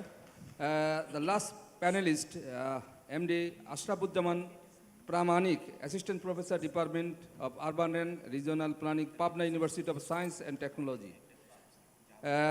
যাই হোক, আমি যেহেতু আমাদের সময় সংক্ষিপ্ত, জাস্ট তোমার যে অপিনিয়ন্স এবং ইনসাইট যে বিষয়গুলো আছে এই সম্বন্ধে তোমার একটু পরামর্শ কি, বা তুমি কিভাবে এটা ভাবছো এই ব্যাপারে অল্প কথা একটু শেষ করার চেষ্টা করো। Thank you sir. আসসালামু আলাইকুম। আমি বেশি সময় নিব না, যেহেতু অনেকেই অনেক কথা বলছে। মঞ্চে উপবিষ্ট সম্মানিত চেয়ার এবং তার মডারেটর এবং পাবলিক বিশ্ববিদ্যালয়ের চেয়ারম্যানবৃন্দ এবং সামনে অনেক সিনিয়র টিচাররা আছেন, বিআইপির এক্সিকিউটিভ মেম্বার এবং আদার্স মেম্বার, স্টুডেন্টস এবং সবাইকে আমি শুভেচ্ছা জানাচ্ছি। আমি আসলে পাবনা বিজ্ঞান প্রযুক্তি বিশ্ববিদ্যালয় থেকে রিপ্রেজেন্টেটিভ হিসাবে আসছি। তো প্রথমেই এখানে যেহেতু ইউজিসি চেয়ারম্যান স্যার আছেন, ওনার সামনেই আমি আসলে আমার ভয়েসটা তুলতে চাই, কেননা পাবনা বিজ্ঞান প্রযুক্তি বিশ্ববিদ্যালয়ের ইআরপি ডিপার্টমেন্টের কাহিনী কিন্তু মানে একটু অন্যরকম। যে 2011 সালে যখন আমি 18ই অগস্ট আমার মনে আছে, যখন আরবান সরাসরি আরবান রিজিওনাল প্ল্যানিং অথবা আরবান অ্যান্ড রুরাল প্ল্যানিং বলে কোনো সাবজেক্ট খোলা হয়নি, তখন নজরুল ইসলাম স্যার যেটা করেছিলেন ইউজিসি চেয়ারম্যান হিসাবে, তখন ছিল আর জিওগ্রাফি, এনভায়রনমেন্ট, আরবান প্ল্যানিং। পরবর্তীতে এই ভিআইপি আক্তার মাহমুদ স্যার তখন 2012 সালে আমাকে ফোন করে বলে, তখন আমি কিন্তু ওই যে চেয়ারম্যান ইনচার্জ, মানে সরাসরি ভাইস চ্যান্সেলর ছিলেন আমার ডিপার্টমেন্টের চেয়ারম্যান, আমি হয়তো ইনচার্জ, যেহেতু লেকচারার হিসেবে জয়েন করছি। তো তখন বলবে তোমরা এরকম একটা মাল্টি ডিসিপ্লিনারি অ্যাপ্রোচে তোমরা এরকম আপনারা বলছেন যে, যদিও আমার সিনিয়র ভাই, আমি তো খুলনা ইউনিভার্সিটি থেকে আসছি, তো এরকম খুলছেন, এটা কীরকম হবে বা পরবর্তীতে আপনারা সাফার করবেন, তখন আমিও অতটা বুঝতে পারছিলাম না। তো যাই হোক, ওই কাহিনীতে আমি যাচ্ছি না। 2015 সালে তার শেষ পর্যন্ত মাল্টি ডিসিপ্লিনারি অ্যাপ্রোচটা ভেঙে জিওগ্রাফি, এনভায়রনমেন্ট আলাদা হয়ে গেল, আরবান অ্যান্ড রিজিওনাল প্ল্যানিং আলাদাভাবে স্বতন্ত্রভাবে ইঞ্জিনিয়ারিং অ্যান্ড টেকনোলজি ফ্যাকাল্টির মধ্যে আরবান রিজিওনাল প্ল্যানিংয়ের যাত্রা শুরু হলো। তো এই অবস্থায় কিন্তু আমাদেরকে 5-6টা ব্যাচ স্যার বের হয়ে গেছে। তো আপনি স্যার যদি দেখেন, তো এর মধ্যে থেকে আমরা চেষ্টা করেছি যে আমাদের গ্র্যাজুয়েটরা দেশে বিদেশে মোটামুটি ভালো অবস্থান করছে। তো মেইন সমস্যাটা যে হচ্ছে স্যার, আমি আমার ইন্টারনাল প্রবলেমগুলো যেগুলো বলি, সেটা হচ্ছে আমরা ফেস করতে যেটা, যে যখন ওই যে একটু আগে খুলনা বিশ্ববিদ্যালয়ের হেড রিপ্রেজেন্টেটিভ উনি বলে গেলেন যে আসলে সেন্ট্রালি যে কোনো জিনিসের ফান্ডিংটা কিন্তু সেন্ট্রালি রেজিস্টার হয়ে বা অ্যাডমিনিস্ট্রেশন হয়ে আসে। তো আমরা ডিপার্টমেন্ট অনুযায়ী অনেকটা সাফারও হয়ে যায়। এখন পর্যন্ত যদি আমি ফ্যাকাল্টি মেম্বার হিসেবে আমি বলি, 6 জন টিচারের মধ্যে 3 জনই বাইরে, স্টাডি লিভে 3 জন ফ্যাকাল্টি, 5টা ব্যাচ। আমাদের জন্য এটা খুবই হিউজ প্রেশার হয়ে যায়। আমরা দেয়ালে ফিট থেকে যাওয়ার মতো অবস্থা। পোস্ট দেখা যাচ্ছে সার্কুলার হয়, অনেক আগে সার্কুলার হয়, এটাকে একজন টিচারকে রিক্রুট করতে করতে দেখা যায় 4জন টিচার চলে যাওয়ার সম্ভব হয়ে যায়। তো এক্ষেত্রে স্যার আমাদের অ্যাজ এ টিচার তো আমরা চেষ্টা করছি, আমরা এর ভিতরে আমাদের সাকসেস যদি স্যার আমরা বলি, সেক্ষেত্রে কিন্তু আমরা বিআইপি অ্যাক্রিডিটেশনের সাথে অনেকটাই আমরা এগিয়ে গেছি। সেই সাথে আমাদের ওবি আউটকাম বেস কারিকুলাম, যেটা অ্যাক্রিডিটেশনের অনেক কিছুই বলা আছে, যেটা আমরা অলরেডি করে ফেলছি, এবং এই রকম একটা খুলনা বিশ্ববিদ্যালয়ের মতো আমরা আউটকাম বেস কারিকুলাম ফাইনাল প্রিন্টিংয়ের দিকে যাচ্ছি। সো এটা কিন্তু আমরা 4 জন শিক্ষক মিলেই এই কাজটা করেছি, আবার বিসাইড আওয়ার 5টা ব্যাচের একাডেমিক থিওরি, ল্যাব বা সেশনাল কাজের পাশাপাশি। তো স্যারকে তো সবসময় পাবো না, আমি এই বিষয়গুলো স্যার বলি যে আমরা সবসময় এই অ্যাক্রিডিটেশনের কথা বলছি, আমরা কোয়ালিটির কথা বলছি, কিন্তু স্যার ইন্টারনাল ডিপার্টমেন্টগুলোকে যে জিনিসগুলোকে আমরা করতে চাই, যদিও আমরা আশাবাদী যে স্যার অনেকটাই আমরা ইঞ্জিনিয়ারিং ও টেকনোলজি ফ্যাকাল্টি অনুষদের আশায় কিছুটা হয়তো ল্যাব বেস বা লজিস্টিক বেস কিছুটা সাপোর্ট পাবো, কিন্তু তারপরেও ওই যে বললাম ম্যান পাওয়ার একটা ক্রুশিয়াল ব্যাপার, যেটা আলটিমেটলি এক টিচারদের স্পেশালাইজেশনের বিষয়, নিজস্ব রিসার্চের বিষয় আছে, নিজের পড়াশোনার বিষয় আছে, হায়ার স্টাডির বিষয় আছে, সব কিছু মিলেই কিন্তু স্যার কোয়ালিটি এডুকেশনটা আমরা ওইভাবে দিতে পারছি না। তো আমরা চেষ্টা করছি হার্ড অ্যান্ড সোল। তো এই বিষয়টা স্যার আপনি দেখবেন, যাতে আরবান রিজিওনাল প্ল্যানিংকে আমরা ওইভাবে আমাদের গ্র্যাজুয়েটকে ওই ধরনের কম্পিটেন্ট, ওই ধরনের যোগ্যতা আমরা বা কোয়ালিটি এডুকেশন দিতে পারি, যাতে তারা আলটিমেটলি আমরা যে ধরনের অ্যাক্রিডিটেশনের সাথে বা যে ধরনের কোয়ালিটি এডুকেশন নিয়ে বা আউটকাম ওবি যেটা আমরা করেছি সেই লেসনটাই যে দিয়ে যে আমরা তো কোয়ালিটি এডুকেশন গ্র্যাজুয়েট প্রডিউস করতে পারি বা সেটাই সেই চ্যালেঞ্জের যে বিষয়গুলো স্যার আপনার সামনে তুলে ধরলাম, যে ম্যান পাওয়ারের বিষয়টা, লজিস্টিক সাপোর্টের বিষয়, সেই হিসাবে ক্লাসরুম ল্যাবের যে বিষয়টা স্যার, এটা যেন আমাদের একটু সুনজরে যেন দেখা হয়, বিশেষ করে পাবনা বিজ্ঞান প্রযুক্তি বিশ্ববিদ্যালয়ের ইআরপি ডিপার্টমেন্টকে। সেই সাথে বিআইপিকে অসংখ্য ধন্যবাদ। ওনারা বিভিন্ন সময় ফর্মার বিআইপি প্রেসিডেন্ট, সেক্রেটারি আমাদের ওখানে যেতেন বিভিন্ন সময় কোর্স কারিকুলামের বিষয়ে, তারপরে ইআরপি নাইট বা অন্যান্য বিষয়ে, র্যালি বিষয়ে, বিভিন্ন ফাংশনে বা একাডেমিক অনেক কাজে যায় এবং অন্যান্যভাবে ফর্মালি ইনফর্মালি কিন্তু বিআইপির সাথে আমরা ক্লোজ রিলেটেড। এই সুদূর পাবনা থেকে আমাদের কিন্তু 19 জন স্টুডেন্ট ভলান্টিয়ার হিসেবে আসছে, তো ভালোবাসার জন্য আসছে। তো আমরা অবশ্যই বিআইপির মাধ্যমে আমরা এই অ্যাক্রিডিটেশনকে আমরাও সাপোর্ট করি। সেই সাথে আমি আমাদের ইউনিভার্সিটিকে একটু সুনজরে, বিশেষ করে আমাদের ইআরপি ডিপার্টমেন্টকে একটু সুনজরে দেখার জন্য বা আমাদের ভিতরকার প্রবলেমগুলোকে আমি একটু তুলে ধরার চেষ্টা করলাম। স্যারকে এই বিষয়গুলো একটু সুনজরে দেখার জন্য আমি বিনীত অনুরোধ করছি। এই বলে আমি আমার বক্তব্য শেষ করছি। সবাইকে ধন্যবাদ। আসসালামু আলাইকুম। হ্যাঁ, ধন্যবাদ Ashrafuzzaman. We have an announcement. আমরা এখানে দুইজন বেশ বিজ্ঞ, দুজনে ভাইস চ্যান্সেলর, একজন এক্স ভাইস চ্যান্সেলর, দুজনে এক্স ভাইস চ্যান্সেলর। এখন তার চেয়ে উপরে আমাদের বিশেষ করে আলমগীর সাহেব স্যার এখানে আসেন। আমরা একটা ফটো সেশন করব, যেহেতু আমাদের এখানে প্রফেসর গোলাম রহমান আমাদের প্ল্যানিংয়ের দিকপাল, আমাদের কি বলবো যেটা আশীর্বাদ, এবং সকলকে নিয়ে আমাদের এই যে বিশেষ করে আফটার কনক্লুশন দ্য প্রেজেন্টেশন, তারপর আমরা একটা গ্রুপ ছবি তুলব। এই অ্যানাউন্সমেন্ট রেখে আমি এখন now we move to the question and answer session. Just যারা প্রশ্ন করবে বিশেষ করে তাদের নাম এবং তাদের অ্যাফিলিয়েশন এই দুইটা বলে প্রশ্ন করতে বলতে ভালো হয়। আমি প্রথমেই সুমন, চেয়ারম্যান প্রেসিডেন্ট বিআইপি, তো প্রথমে হাত তুলেছেন, তাকে আমি অনুরোধ করছি প্রশ্ন করার জন্য, এবং কে রিসপন্ডেন্ট কে সেটা তাকে বলতে হবে যে কার কাছে প্রশ্ন করতেছে। ভলান্টিয়ার প্লিজ, মাইক দাও। Thank you sir. স্যার আমার আসলে কোনো প্রশ্ন না, আমি একটু বলতে চাচ্ছিলাম, আপনারা ওখানে যাওয়ার আগেও আমি আজকে যে সেশনের চেয়ার যিনি আছেন ওনার সাথে কথা বলছিলাম, বিশেষ করে যেটা আসলে এই অ্যাক্রিডিটেশন ম্যানুয়াল এবং বিএসসি এটার ব্যাপারে কথা হচ্ছে, সাথে কীভাবে স্ট্রিমলাইন করা যায় সেটা নিয়ে স্যার নিশ্চয়ই স্যারের বক্তব্যের সময় বলবে। আর আজকে রাজা যে কথাটা বললো সেটা আসলে আমরা বোধহয় কোনো একটা অনলাইন মিটিংয়ে বা বিভিন্ন আলাপ হয়েছিল আউটকাম বেসড কারিকুলাম ডেভেলপের সময়, ওখানে অনেক বিশ্ববিদ্যালয় খাতের সাথে বোধহয় এই অ্যাক্রিডিটেশনের একটা বোধহয় থেকে থাকে। সুতরাং সেটা যদি হয়ে থাকে, এটা যেহেতু ইউসিসি থেকেই আসছে আর বিএপির পক্ষ থেকে যা করার সেটা তো আমরা করবই। এটা তো আমাদের উদ্দেশ্য ছিল যে এবার এই যে সমস্যাগুলো নিয়ে বিভিন্ন রকম বিচ্ছিন্নভাবে আলোচনা হয়, একসাথে বসে আমরা যে আলোচনাগুলো নিয়ে, এবং আমাদের আজকে ফরচুনেট আমরা যে আজকে স্যারকে পেয়েছি যিনি আর কি করবে, স্যারের কাছ থেকে আমরা এই ব্যাপারগুলো সবগুলো শুনতে চাই। আমি এই বলে এখানে থামলাম। Thank you sir.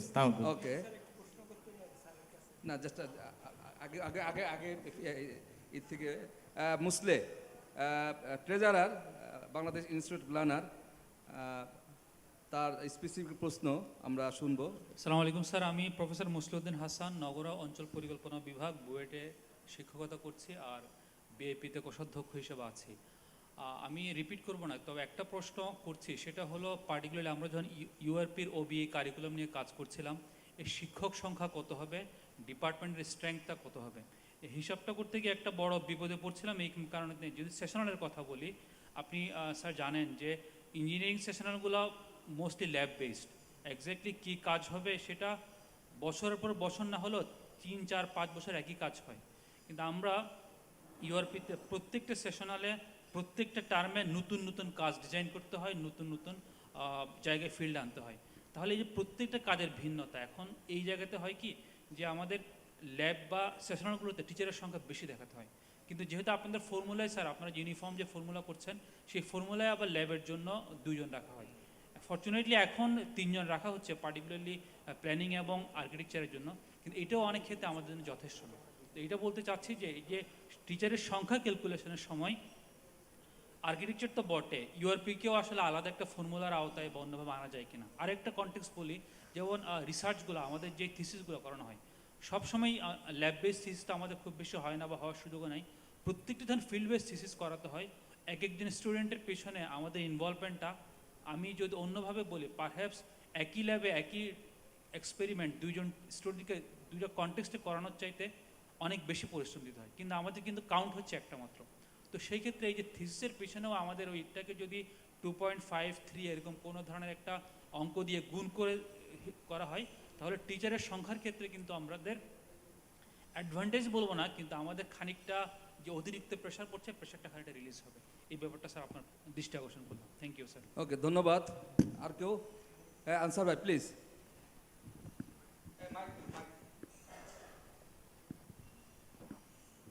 আমি বসে বলি একটু। আমার প্রশ্নটা হচ্ছে যে একটা সিচুয়েশন ডিসক্রাইব করছে, যেটা নাকি আমি বিশেষ করে আমাদের এখনকার যে চেয়ারম্যান মহোদয় বসে আছেন উনি হয়তো কনসিডার করবেন, কারণ ওনার ডাইরেক্ট ফিল্ড এটা। আমি 2003 থেকে 2009 পর্যন্ত বুয়েটে পার্ট টাইম পড়িয়েছি, এবং যখন প্রেশার এত বেশি ছিল যে ফুল টাইম টিচারের চেয়ে আমাদের কিন্তু পার উইক যেটা 40 আওয়ার্স থাকে তার চেয়েও বেশি পড়িয়েছি, প্রয়োজন ছিল। এবং এভাবে আমি বাংলাদেশ ইউনিভার্সিটিতে পড়িয়েছি অনেক বছর, টোটাল হচ্ছে 17 বছর, আমি টাইম বাঁচানোর জন্য বলছি। কিন্তু দেখা যাচ্ছে যে আমরা যখন নাকি টিচার হিসেবে কোথাও যদি অ্যাপ্লাই করা হয়, এই এক্সপিরিয়েন্সটাকে কাউন্ট করা হয় না, যেহেতু এটা আপনার ফর্মাল টিচারশিপ না। এই জিনিসটা কেন, এবং এটা কি একটা প্রবলেম? এটাকে যদি প্রবলেম মনে করেন তাহলে এটাকে অ্যাড্রেস করার জন্য রিকোয়েস্ট করব। কারণ আমরা খাতা দেখি, আমরা কিন্তু গ্রেডস করছি, আমরা প্রশ্ন তৈরি করছি, আমরা সব করছি, আমরা গার্ডও দিচ্ছি, কিন্তু আমরা কেন যেন আমরা টিচার না, এটা কি করে হয়? মানে যারা নাকি ডিফাঙ্ক্ট ফ্যাকাল্টি তাদেরকে টিচার হিসেবে তাদের ইয়ারগুলো কাউন্টেড হয় না। এই জায়গাটা একটা খুবই বাজে একটা পরিস্থিতি। সেই কারণে আমাদের যেটা হচ্ছে, কারণ আমি টিচিংয়ে ফুল টাইম করতে চাচ্ছি, কিন্তু আমি এই 17 বছরে আমার কোনো কাউন্টে আসতেছে না। আমি এটা যে জন্য ওনাকে বলছি, এটা কিন্তু এই ইস্যুর সাথে না, উনি এটা ফিল। তো এই জায়গাটা কি এবং কেন এরকম হলো, এই রুলসটা কিভাবে আসলো, এটা একটু ডিগ ইন করে, এটা যেহেতু আমি অতটা ডিগ ইন করি নাই, আপনি দেখে এই জিনিসটা যদি একটু ওয়ার্কআউট করতে পারেন তাহলে খুব ভালো হয়। হ্যাঁ, ধন্যবাদ আনসার ভাই। আমরা বেশি আর প্রশ্ন নিব না। আর যদি কেউ, আনিস প্লিজ তুমি তোমার অ্যাফিলিয়েশন মেনশন করে বলো আর কি। Thank you.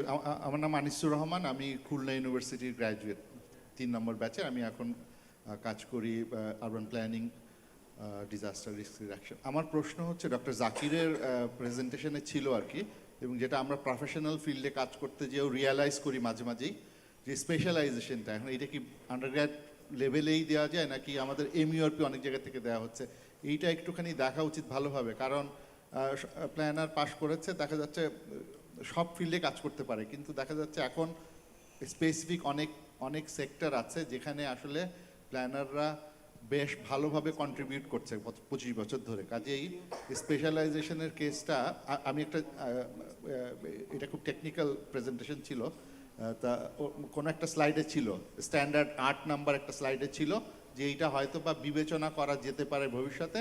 আমি যেটা বলবো, ফিল্ডে কাজ করে আমি যেটা দেখেছি, আমি দেশে বিদেশে কাজ করার সুযোগ হয়েছে, এইটা খুব কিন্তু রিকোয়ার্ড একটা জায়গা। কারণ প্ল্যানারদের যেহেতু মাল্টিডিসিপ্লিনারি একটা সাবজেক্ট পড়ে আসছে, কাজেই এখন আমাদের যেহেতু 25-30 বছর হয়ে গেছে আর কি গ্র্যাজুয়েশন প্রডিউস হচ্ছে, এখন তো অনেক হচ্ছে, কাজেই এইটাকে বিবেচনায় নেওয়া যেতে পারে বলে আমার মনে হয় আর কি। Thank you. আর যদি কেউ যদি প্রশ্ন উত্তর দিতে পারে তাহলে ভালো হয়। না, আমি একটু বলবো এই সম্বন্ধে। একটু হয়েছে কি, যেহেতু আমি এই ওবি কারিকুলামের সাথে আমি জড়িত, এখানে যদি স্পেশালাইজেশনটা আন্ডারগ্রেডে স্পেশালাইজেশন হয় না অ্যাকচুয়ালি। ইনফ্যাক্ট এটা মাস্টার্স এবং পিএইচডি লেভেলে ওইটা আমরাও ইনক্লুড করছি। অনেকগুলো আমাদের মাস্টার্স এখন যারা করতেছে তারা কিন্তু জাস্ট কতগুলো স্ট্রিমে ভাগ করে তাদের স্পেশালাইজেশন হয়তো কয়েকটা কমন সাবজেক্ট আছে, তারপরে তার থিসিস করার সুবাদে তার আরেকটা দিকে সে হাউজিং করলো, ট্রান্সপোর্ট করলো, ওইভাবে তাকে তার ডিগ্রিটা কমপ্লিট করতে হয়। তো যাই হোক, এরপরে আরও কোনো, আমি আসলে বলার ইচ্ছা ছিল না, অনেক বেলা হয়ে গেছে। উনি যে স্পেশালাইজেশনের কথা বলেছে সেটার জন্য সম্পর্কিত একটা বিষয় জাস্ট উল্লেখ করার জন্য দাঁড়িয়েছি। আমি প্রফেসর শফিকুর রহমান, জাহাঙ্গীরনগর বিশ্ববিদ্যালয়ের ইউআরপির অধ্যাপক। আমি যখন সভাপতির দায়িত্বে ছিলাম 2016 থেকে 19, সেই সময়ের অভিজ্ঞতা থেকে আমি যদি বলি, জাস্ট ইউজিসির সম্মানিত সদস্য এবং দায়িত্বপ্রাপ্ত এখন চেয়ারম্যান আছেন, ওনার নজরে আনার জন্য আমাদের জাহাঙ্গীরনগর বিশ্ববিদ্যালয়ে আমাদের যে বিভাগ, যতগুলি বিভাগ আছে, ডিপার্টমেন্ট অফ ইউআরপি অথবা ইকোনমিক্স বা ফিজিক্স, এখন পর্যন্ত হচ্ছে একটা বিভাগ মানে হচ্ছে আন্ডার গ্রাজুয়েট প্রোগ্রাম থাকবে, post graduate, masters, MPhil, PhD. তো স্পেশালাইজেশনের কথা বলা হয়েছে, আমি আমার দায়িত্বের সময়ে আমি উপাচার্য মহোদয়ের সাথে যখন কথা বলেছি যে মাস্টার্স আমি স্পেশালাইজ করতে চাই, আমার গবেষণার বিষয়, আমার পোস্টডক সব কিছু হচ্ছে ট্রান্সপোর্টেশন। ফর এক্সাম্পল, আমি যখন কথা বলেছি যে মাস্টার্সের স্টুডেন্টরা আবার বিওআরপি শেষ করার পরে এমইউআরপি করার দরকার কি, সেখানে বরং MURP in transport planning, MURP in housing, MURP in environment, সেটা যখন বলেছি তখন বিশ্ববিদ্যালয়ের ইন্টারনাল ইয়ে হচ্ছে যে না, একটা ডিপার্টমেন্ট একটা সার্টিফিকেট দিতে পারবে মাস্টার্স। সো ইউজিসি থেকে এই বিষয়ে অনেক কিছু চিন্তাভাবনা করা হয় ইউজিসিতে, সমন্বিত নীতিমালা এবং বিভিন্ন বিষয়ে। সো আমার দিক থেকে রিকোয়েস্ট থাকবে, আপনারা উদ্যোগী হয়ে এই বিষয়গুলি যেন আরেকটু লিবারেল করা হয়, বিশ্ববিদ্যালয়কে যদি ক্ষমতা দেওয়া হয় যে যেই বিভাগ চায়, দেশের যে প্রয়োজন, জব সেক্টর বা স্টুডেন্টদের যে ডিমান্ড, মার্কেট ডিমান্ড, সেটার সাথে সামঞ্জস্য রেখে ওনারা এক বিভাগে একাধিক ডিগ্রি করতে পারে, সেটা যদি করা হয় আমাদের এই ইউআরপি ডিপার্টমেন্টের জন্য বা এই প্রফেশনের জন্য বেটার হবে। এটাই ইউজিসির সম্মানিত সদস্য এবং ভারপ্রাপ্ত চেয়ারম্যানের নজরে আনার জন্য আমি দাঁড়িয়েছিলাম। ধন্যবাদ। ধন্যবাদ শফিক। আমরা আর একজন ওকে, প্রফেসর কালাম, জাহাঙ্গীরনগর বিশ্ববিদ্যালয়। ধন্যবাদ। আমি প্রফেসর আবুল কালাম, সদ্য অবসরপ্রাপ্ত।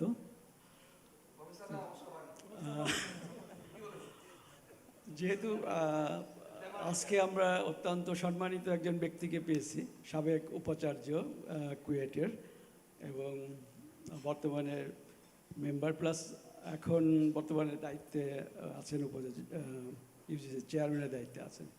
তো আমি জানি উনি যথেষ্ট জ্ঞানী এবং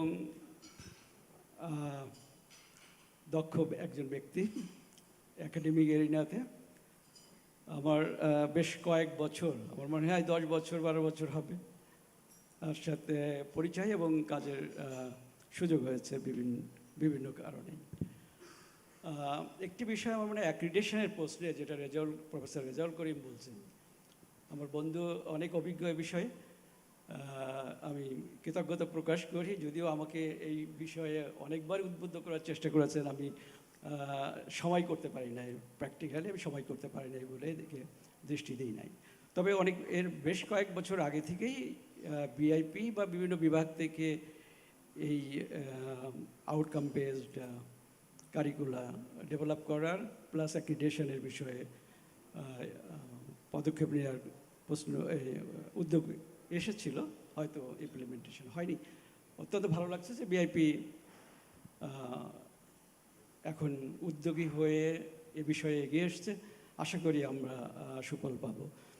যেটি হচ্ছে একটা বিষয়, বিভিন্ন বিশ্ববিদ্যালয় আউটকাম বেসড যে কারিকুলা, এটা তো অনেক বিভাগ ইতিমধ্যে তৈরি করে ফেলেছে। তো সেই দিকে যদি দৃষ্টি দিই, তাহলে ইউজিসির পক্ষ থেকে আমার মনে হয় এটাকে যদি আরেকটু পুশ করা হয়, তাহলে এই কাজটি সম্পন্ন হলে সকল বিশ্ববিদ্যালয়ে সকল বিভাগের জন্য, তাহলে আমরা অ্যাক্রিডিটেশন কাউন্সিল যেটি রয়েছে সেটার যে বেনিফিট এবং তার কার্যকারিতা, সেটা আমরা অচিরেই দেখতে পাবো। আমার মনে হয় এই বিষয়ে আমরা আপনার কাছ থেকে শুনব। ধন্যবাদ সবাইকে।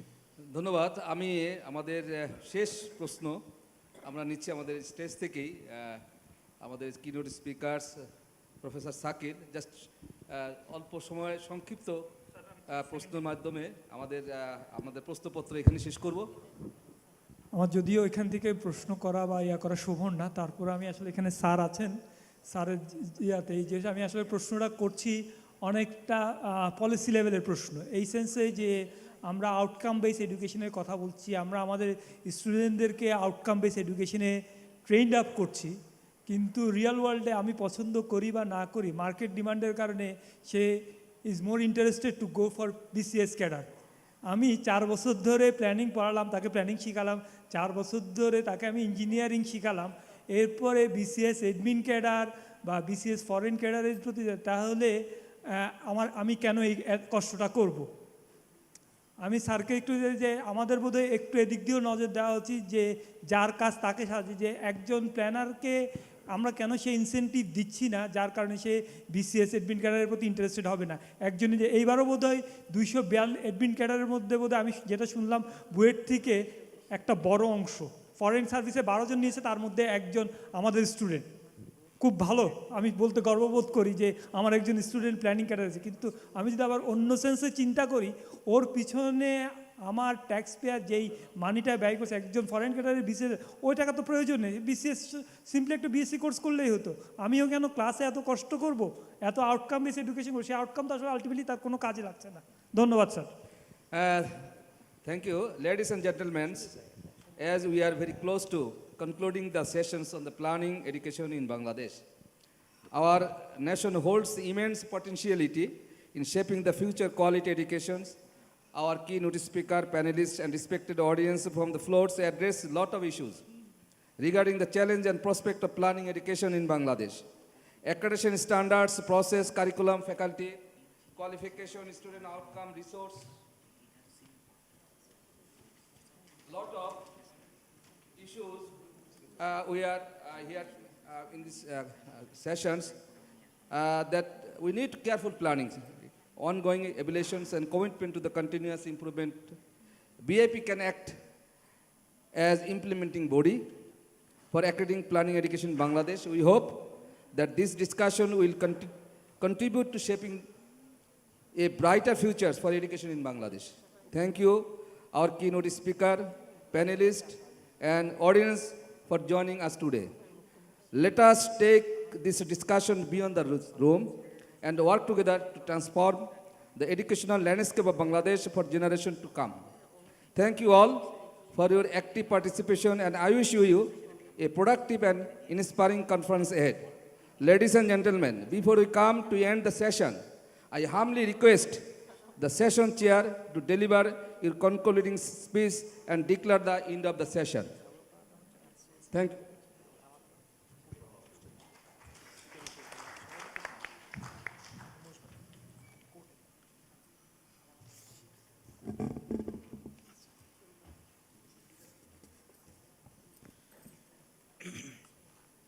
বাংলাদেশ ইনস্টিটিউট অফ প্ল্যানার্সের 3rd ইন্টারন্যাশনাল কনফারেন্সের আজকের দ্বিতীয় দিনের লাস্ট সেশনে এখানে উপস্থিত এই সেশনের মডারেটর এবং 3 জন কিনোট স্পিকার এবং 7 জন ফিনালিস্ট যারা আরবান অ্যান্ড রিজিওনাল প্ল্যানিং শিক্ষার বাংলাদেশে অত্যন্ত পরিচিত মুখ এবং এই শিক্ষাটাকে বিভিন্নভাবে গৌরবান্বিত করেছেন এবং এই লক্ষ্যে কাজ করছেন।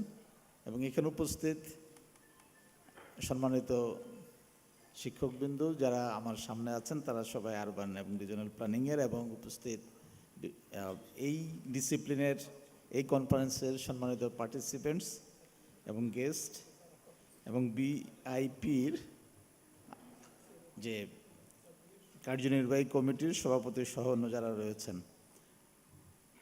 আমি খুবই খুশি যে আপনারা এখনো ধৈর্য ধরে এখানে আছেন আর কি।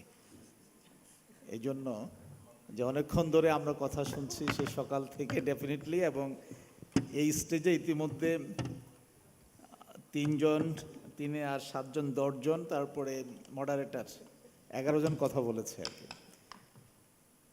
আমি খুব দ্বিধান্বিত ছিলাম যে এখানে আসবো কি না। আমি মেহেদি আমার সাথে যোগাযোগ করেছিল, তারপর আমি অনেকটা অ্যাভয়েডই করেছিলাম কারণ দীর্ঘ সময় লেগে যায়, আর বর্তমানে বিভিন্ন কারণে খুব চাপে আছে আর কি, দায়িত্বের কারণে আর কি, এই জন্য আমি এড়াতেই চেয়েছিলাম। কিন্তু মেহেদি পরে আমাকে বললো যে this is not he is in unavoidable situation. তারপরে প্রোগ্রামটা 2 ঘন্টা পিছিয়ে গিয়েছে, আগে 2টা হওয়ার কথা ছিল, তারপর 4টা, তারপর আমরা শুরু করলাম আরেকটু পরে। তিনি অনেক প্রসঙ্গ আসলো, এটা আমার নিজের জন্য একটা আই ওপেনিং। আর আমি যখন দেখলাম যে এই প্রতিষ্ঠানটির বয়স কিন্তু কম হয়নি, it is almost half century, 49 years. এটাও কিন্তু একটা গুরুত্বপূর্ণ বিষয়। বাংলাদেশের অভ্যুদয়ের পরেই বলা যায় within 3 years Bangladesh institute of planners জন্মগ্রহণ করে 1974-এ। এবং আমি যখন এখন দেখি যে আদৌ কি মাত্র 60টি আমাদের পাবলিক বিশ্ববিদ্যালয়গুলোতে মাত্র ডিগ্রি দেওয়া হচ্ছে। পাবলিক বিশ্ববিদ্যালয় থেকে প্রতিনিয়ত প্রেশার আসে যে নতুন ডিপার্টমেন্ট। তো ডিপার্টমেন্ট কি? Data science, robotics, computer science, তারপরে সাইবার সিকিউরিটি, তারপরে এআই, আর্টিফিশিয়াল ইন্টেলিজেন্স ইত্যাদি। কিন্তু আমার মনে পড়ে না যে কেউ আমাকে বা আমাদের ইউজিসিতে এসেছে যে ইউআরপি ডিপার্টমেন্ট খুলব, আরবান অ্যান্ড রিজিওনাল প্ল্যানিং। আমি একটিও দেখি নাই, কোনো রিকোয়েস্টও দেখি নাই। কিন্তু আমি 15 বছর বয়সে ঢাকা সিটিতে আসি। আমি ঢাকা কলেজের স্টুডেন্ট ছিলাম। নিউ মার্কেট আমার খুব প্রিয় জায়গা ছিল আর কি। কিন্তু যখন আমি দেখলাম যে 15 ঘন্টা নিউ মার্কেট পানির নিচে, তখন মনে হলো যে না, আমার এই ডাটা সিকিউরিটি, তারপরে cyber security, data science, rocket science, robotics, তার চাইতে বেশি প্রয়োজন হয়ে গিয়েছে যে কেন আমার সিটি আজকে এই পানির নিচে। এটা গুরুত্বপূর্ণ বিষয় হয়ে দাঁড়িয়েছে। আমাদের স্বপ্নের শহর ছিল চিটাগাং, কিন্তু এখন এটা প্রতি বছর একটা নৈমিত্তিক ঘটনা যে চট্টগ্রাম শহর পানির নিচে থাকে। আমি যখন স্টুডেন্ট ছিলাম চট্টগ্রাম শহরে যাওয়ার কথা শুনলে খুবই আনন্দ উপভোগ করতাম যে পাহাড় দেখতে পাবো, তারপরে চমৎকার পরিবেশ। কিন্তু তারপরেও মনে হয় আমাদের আই ওপেনিং হয়নি, এটা বাস্তবতা। আমি যখন আমার বিশ্ববিদ্যালয়ে urban and regional planning department খুলছিলাম, তো একাডেমিক কাউন্সিলে একজন গুরুত্বপূর্ণ শিক্ষক বলল যে it is an illegal child. আমার এখনো এই ওয়ার্ডটা মনে আছে। আমাকে এইভাবে অ্যাটাক করলো যে এই ইউআরপি ডিপার্টমেন্ট খোলাটা হচ্ছে ইলিগাল চাইল্ড। তখন আমি বললাম যে যেই বিশ্ববিদ্যালয়ের প্রত্যেকটা জিনিসই তোমার ভালো লাগে, তো সেই বিশ্ববিদ্যালয়ে ইউআরপি আছে, সেটা হলো বুয়েট। তাহলে এখানে অসুবিধা কোথায়? তারপর দেন ইট ওয়াজ মাই স্ট্রং প্রপোজিশন, যার জন্য এটাকে আমি সার্ভাইভ করেছি। এবং আমাদের বিশ্ববিদ্যালয় অর্গানোগ্রামে আর্কিটেকচার ডিপার্টমেন্ট ছিল না। আর্কিটেকচার ডিপার্টমেন্ট ছাড়া ইউআরপি, সিভিল ইঞ্জিনিয়ারিং, তারপরে একটা ইঞ্জিনিয়ারিং বিশ্ববিদ্যালয়ে পরিপূর্ণতা আসে না। আমি যখন আর্কিটেকচার ডিপার্টমেন্ট খুলতে গেলাম, that was A hard debate in the academic council. যারা ইঞ্জিনিয়ারিং ইউনিভার্সিটির পরিস্থিতি বুঝেন যে একাডেমিক কাউন্সিল ইজ হিউজ, সেখানে কোনো কিছু বের করে নিয়ে আসা কঠিন। তখন আমি উল্টো পথে হাঁটলাম। আমি ইউজিস থেকে অনুমোদন নিয়ে নিলাম।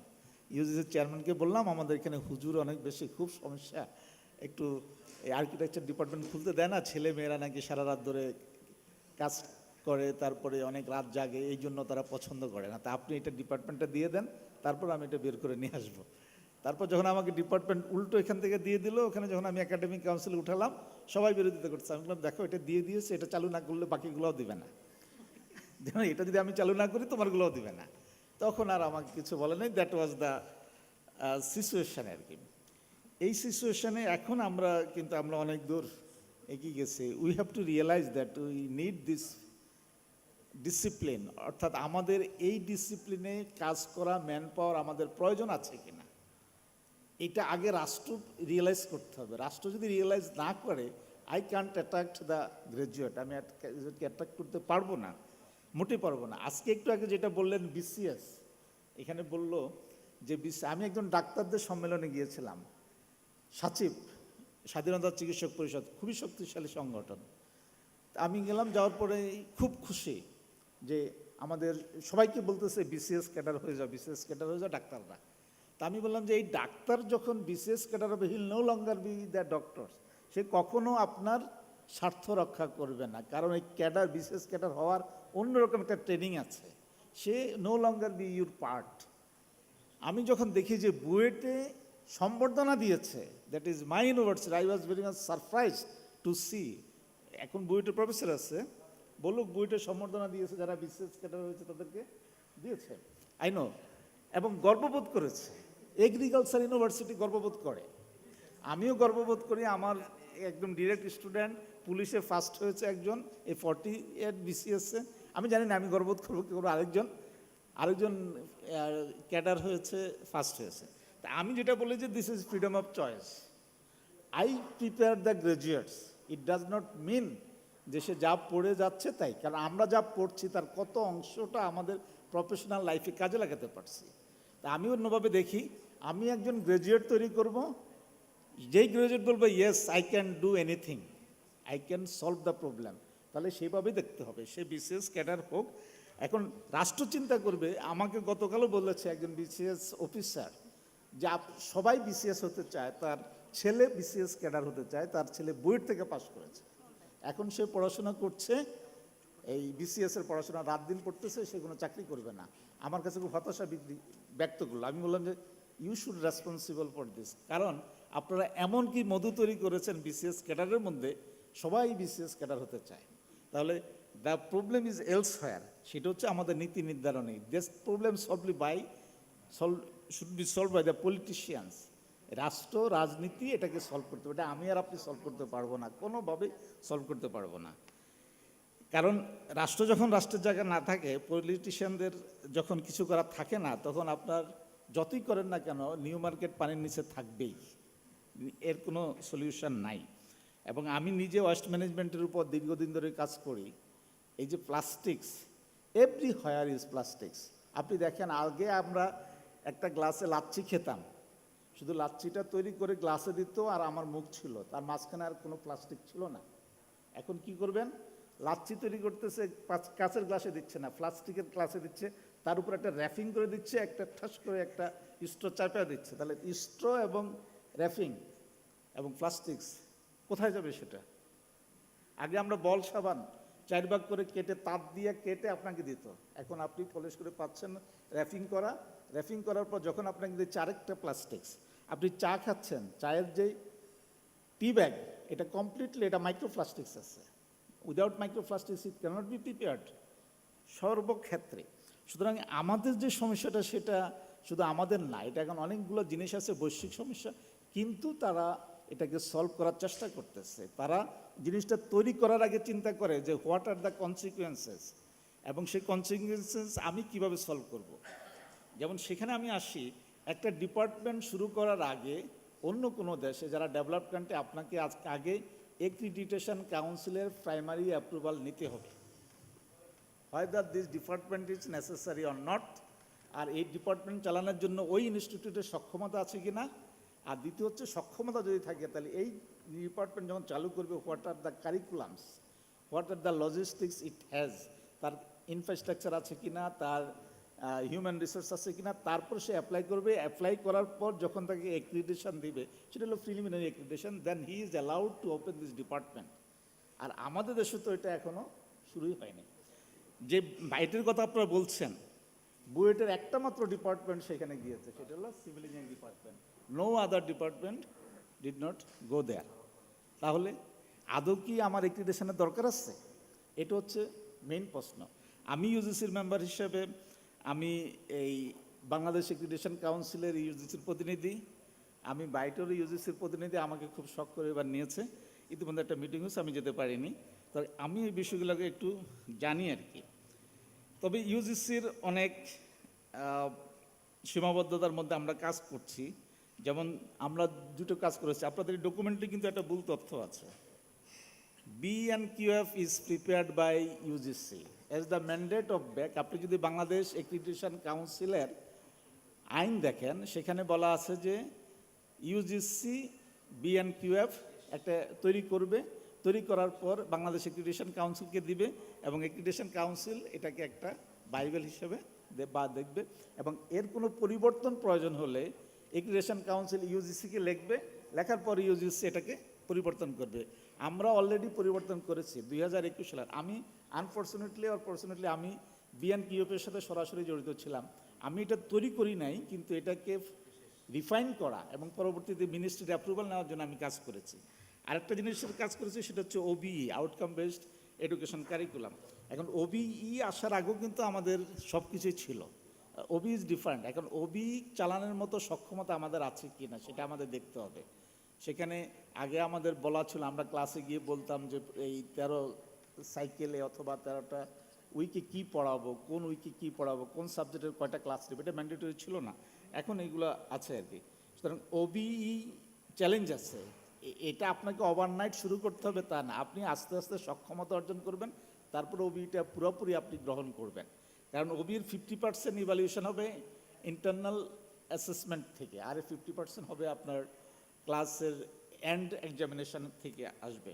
সুতরাং ওবিটা আমরা তৈরি করেছি, বিএনকিউএফ আমরা তৈরি করতে গিয়ে আমরা দেখেছি যে ইট ইজ ভেরি ডিফিকাল্ট।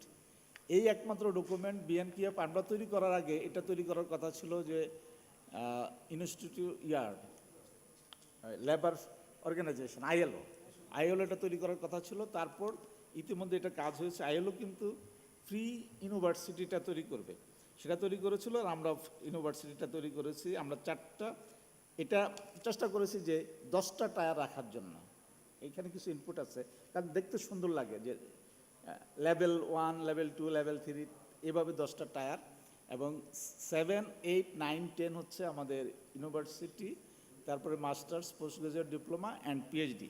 সেখানে আমরা করেছি। করার সময় বেশ কিছু কম্প্রোমাইজ করতে হয়েছে, বিএনকিউপি কম্প্রোমাইজ করতে হয়েছে। আপনি দেখেন বিএনকিউপি আন্ডার গ্রাজুয়েটে আমরা প্রথম যেটা রেখেছি 120 ক্রেডিট হচ্ছে 3 বছর, 140 ক্রেডিট হচ্ছে 4 বছর, 160 ক্রেডিট হচ্ছে 5 বছর মিনিমাম। কিন্তু এখন আবার বেসরকারি বিশ্ববিদ্যালয়ের চাপে এটাকে আবার রিভাইজ করা হয়েছে, 110 হচ্ছে 3 ইয়ার্স, আর 130 হচ্ছে 4 ইয়ার্স, আর 150 হচ্ছে 5 years. That is minimum requirement, but it might be more, কারণ কোনো ইঞ্জিনিয়ারিং ইউনিভার্সিটিতে 160 নিচে কোনো আন্ডার গ্রাজুয়েটের ডিগ্রি নাই, কিন্তু সেখানে আমরা কিছু বলছি না।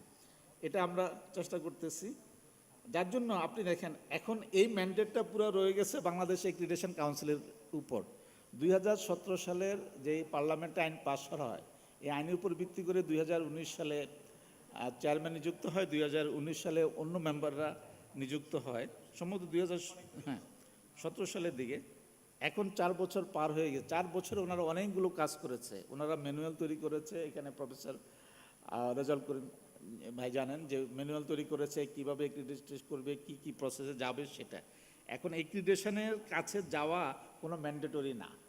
কোনো বিশ্ববিদ্যালয় যদি মনে করে যে আমার গ্র্যাজুয়েটের মান এতই ভালো, তোমার এক্রিডিটেশনের আমার দরকার নেই, এমনি মার্কেটে আমার গ্র্যাজুয়েটকে টেনে নিয়ে যাচ্ছে, আমি ঠেকাতে পারছি না মার্কেটে সাপ্লাই দিয়ে, সুতরাং তোমার এক্রিডিটেশন আমার দরকার নেই, সুতরাং তার এক্রিডিটেশন দরকার নেই, সরকারিভাবে এটা কোনো ম্যান্ডেটরি না, আমার এক্রিডিটেশন নিতেই হবে। তাহলে বাংলাদেশ এক্রিডিটেশন কাউন্সিল এই কাজটা করবে, তারা এই কাজটা করেছে।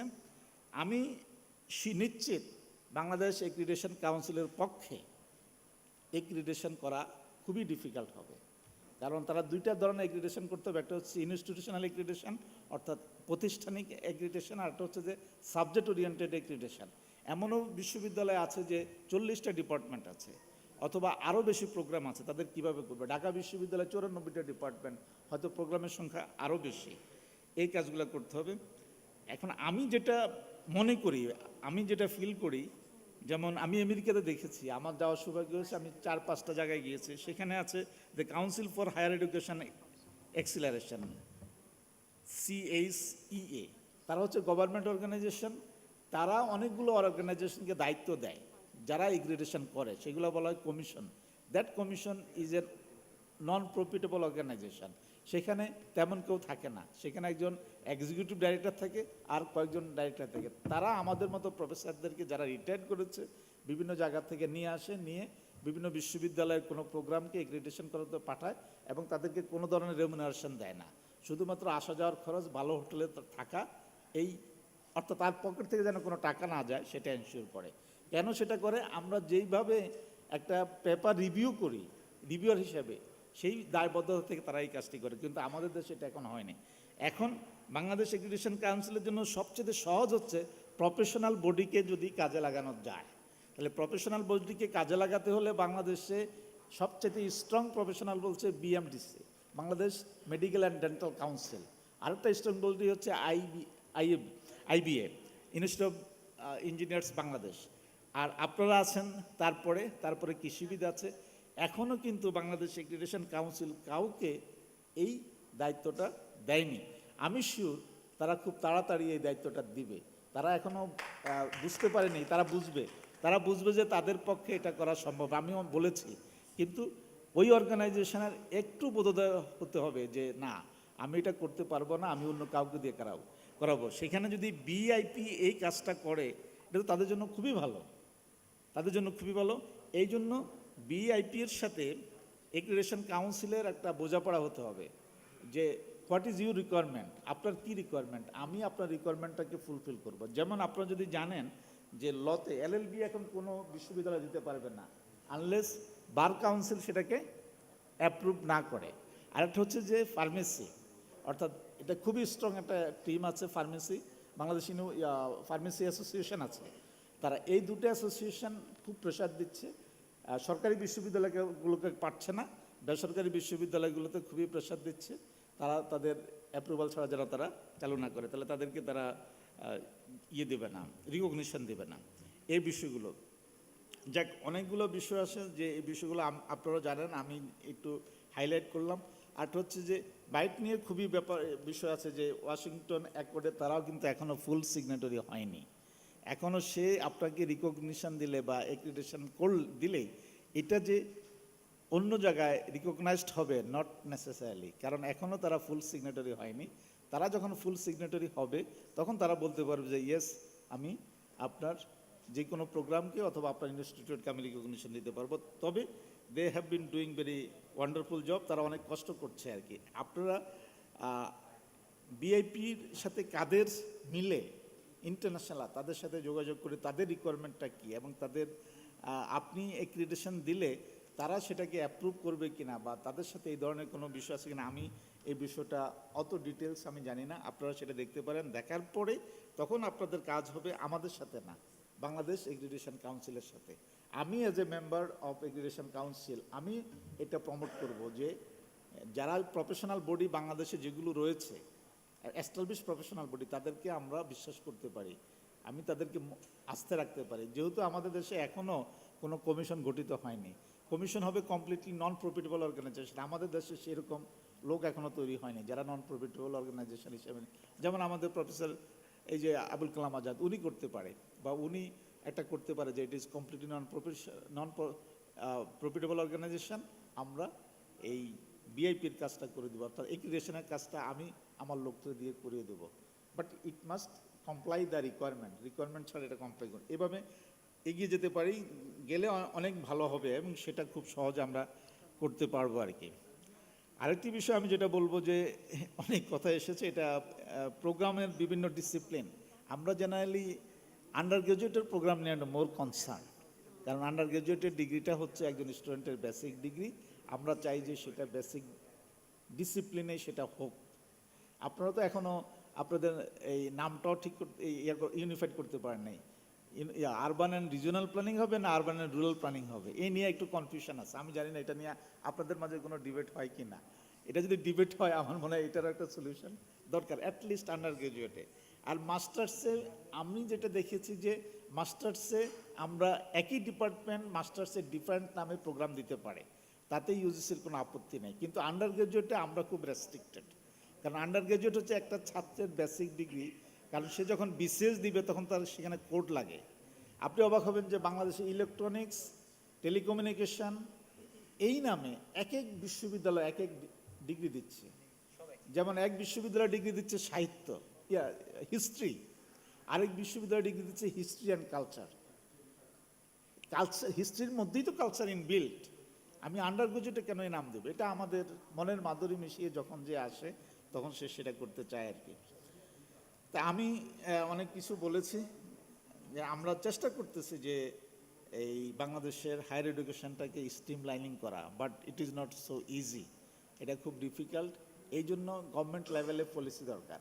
আপনি জানেন যে আমরা এডুকেশন পলিসি ঠিকমতো ইমপ্লিমেন্ট করতে পারছি না, আমরা 62 থেকে আন্দোলন করতেছি, এবং 74-এ ডক্টর কুদরতে খোদা যে এডুকেশন পলিসি হয়েছে, there will be no other policy and will not come ever in Bangladesh which will better than that, এটা আমি বলতে পারি। আমি এখনও বলে যাচ্ছি ওই এডুকেশন পলিসির মতো কোনো পলিসি বাংলাদেশে আর কখনো হবে না। আমরা যে পরে 2010-এ যেটা করেছি আমরা সেটা কিন্তু করতে পারি নাই। আমরা কিন্তু 74-এ বঙ্গবন্ধুর কাছে যেটা জমা দিয়েছিল আর 2010-এ যেটা হয়েছে তার সাথে পার্থক্য রয়েছে, আপনি পারবেন না। এই একটা জিনিস আমরা মিস করেছি। ওই এডুকেশন পলিসি যদি আমরা 74-এ ইমপ্লিমেন্ট করতে পারতাম, বঙ্গবন্ধুর হত্যাকাণ্ডের পর তারা শুধু বাংলাদেশকেই মুছে দেয়নি, আমার বঙ্গবন্ধুর সেই অনেক কষ্টে তৈরি করা সেটি 74-এর ডক্টর কদরুদ্দিন খুদার শিক্ষা কমিশন রিপোর্ট হয়েছিল স্বাধীন বাংলাদেশের স্পিরিটের উপর ভিত্তি করে। আপনি দেখবে অবাক হবেন যে যেই সমস্ত ব্যক্তিরা সেখানে ইনভলভ ছিল তারা অনেক কষ্ট করে সেই রিপোর্টটা তৈরি করেছে, কিন্তু সেটা কখনো আলোর মুখ দেখে নাই। সুতরাং বাংলাদেশে ইতিহাসে অনেক ঘটনা ঘটে গিয়েছে যেটা আমাদেরকে অনেক দূর পিছিয়ে দিয়েছে। এটা আপনারা চিন্তা করতে পারবেন না যে আমাদের শিক্ষা ক্ষেত্রে যে বিপর্যয় এখন আমরা দেখছি, সেই বিপর্যয়ের রুট হচ্ছে 1974-এ যে ডক্টর কুদরত খুদার শিক্ষা কমিশন রিপোর্টটা বাস্তবায়ন করতে না পারা। তা আমি খুব ধন্যবাদ দিই ইনস্টিটিউট অফ প্ল্যানার্সকে যে চমৎকার একটা কনফারেন্সের আয়োজন করেছেন। এবং আরেকটা বিষয়, পার্ট টাইম টিচার, এটা অনেক বিষয় আছে যে আমি জানি না হোয়াট ইজ দ্য সলিউশন। তা আমি দেখবো এবার যে পার্ট টাইম টিচারের সংস্কৃতি তো আসলে আমাদের এখানে না, এটা বাইরেও আছে। আমরা দেখব যে কিভাবে এটাকে মেইন স্ট্রিমের সাথে তারা, এটা তো হচ্ছে যে আপনাকে স্ট্রিম লাইনিং করা, অর্থাৎ কম্পারিজন, আপনি কত ঘন্টা আপনি সেখানে এফোর্ট দিচ্ছেন। এখন হয় কি অনেক সময় ভালো জিনিস আমাদের দেশে করা যায় না, ইনফিউরিটিজ এত বেশি, তারা ঢুকে পড়ে, বিভিন্নভাবে ঢুকে পড়ে, যার জন্য দেখবেন যে খুব শক্তভাবে। আমরা যে বিশ্ববিদ্যালয়ের শিক্ষক নেই, আমাদের সবচেয়ে সেফ কি জানেন, যে অ্যাজ পার দ্য সিজিপিএ যখন আমি শিক্ষক নেই, যে শিক্ষক ভালো করে দাঁড়াতেও পারে না, কথাও বলতে পারে না, তার সিজিপিএ যখন দেখি যে পারফেক্ট, তাকে আমি নেই। কেন নেই? আমি বিতর্ক এড়ানোর জন্য। তা নাহলে বলবো যে স্যার তার পরিচিত একজনকে নিয়ে নিচ্ছে, আমাকে বাদ দেয়া, এরপর দিন পেপারে লিখবে।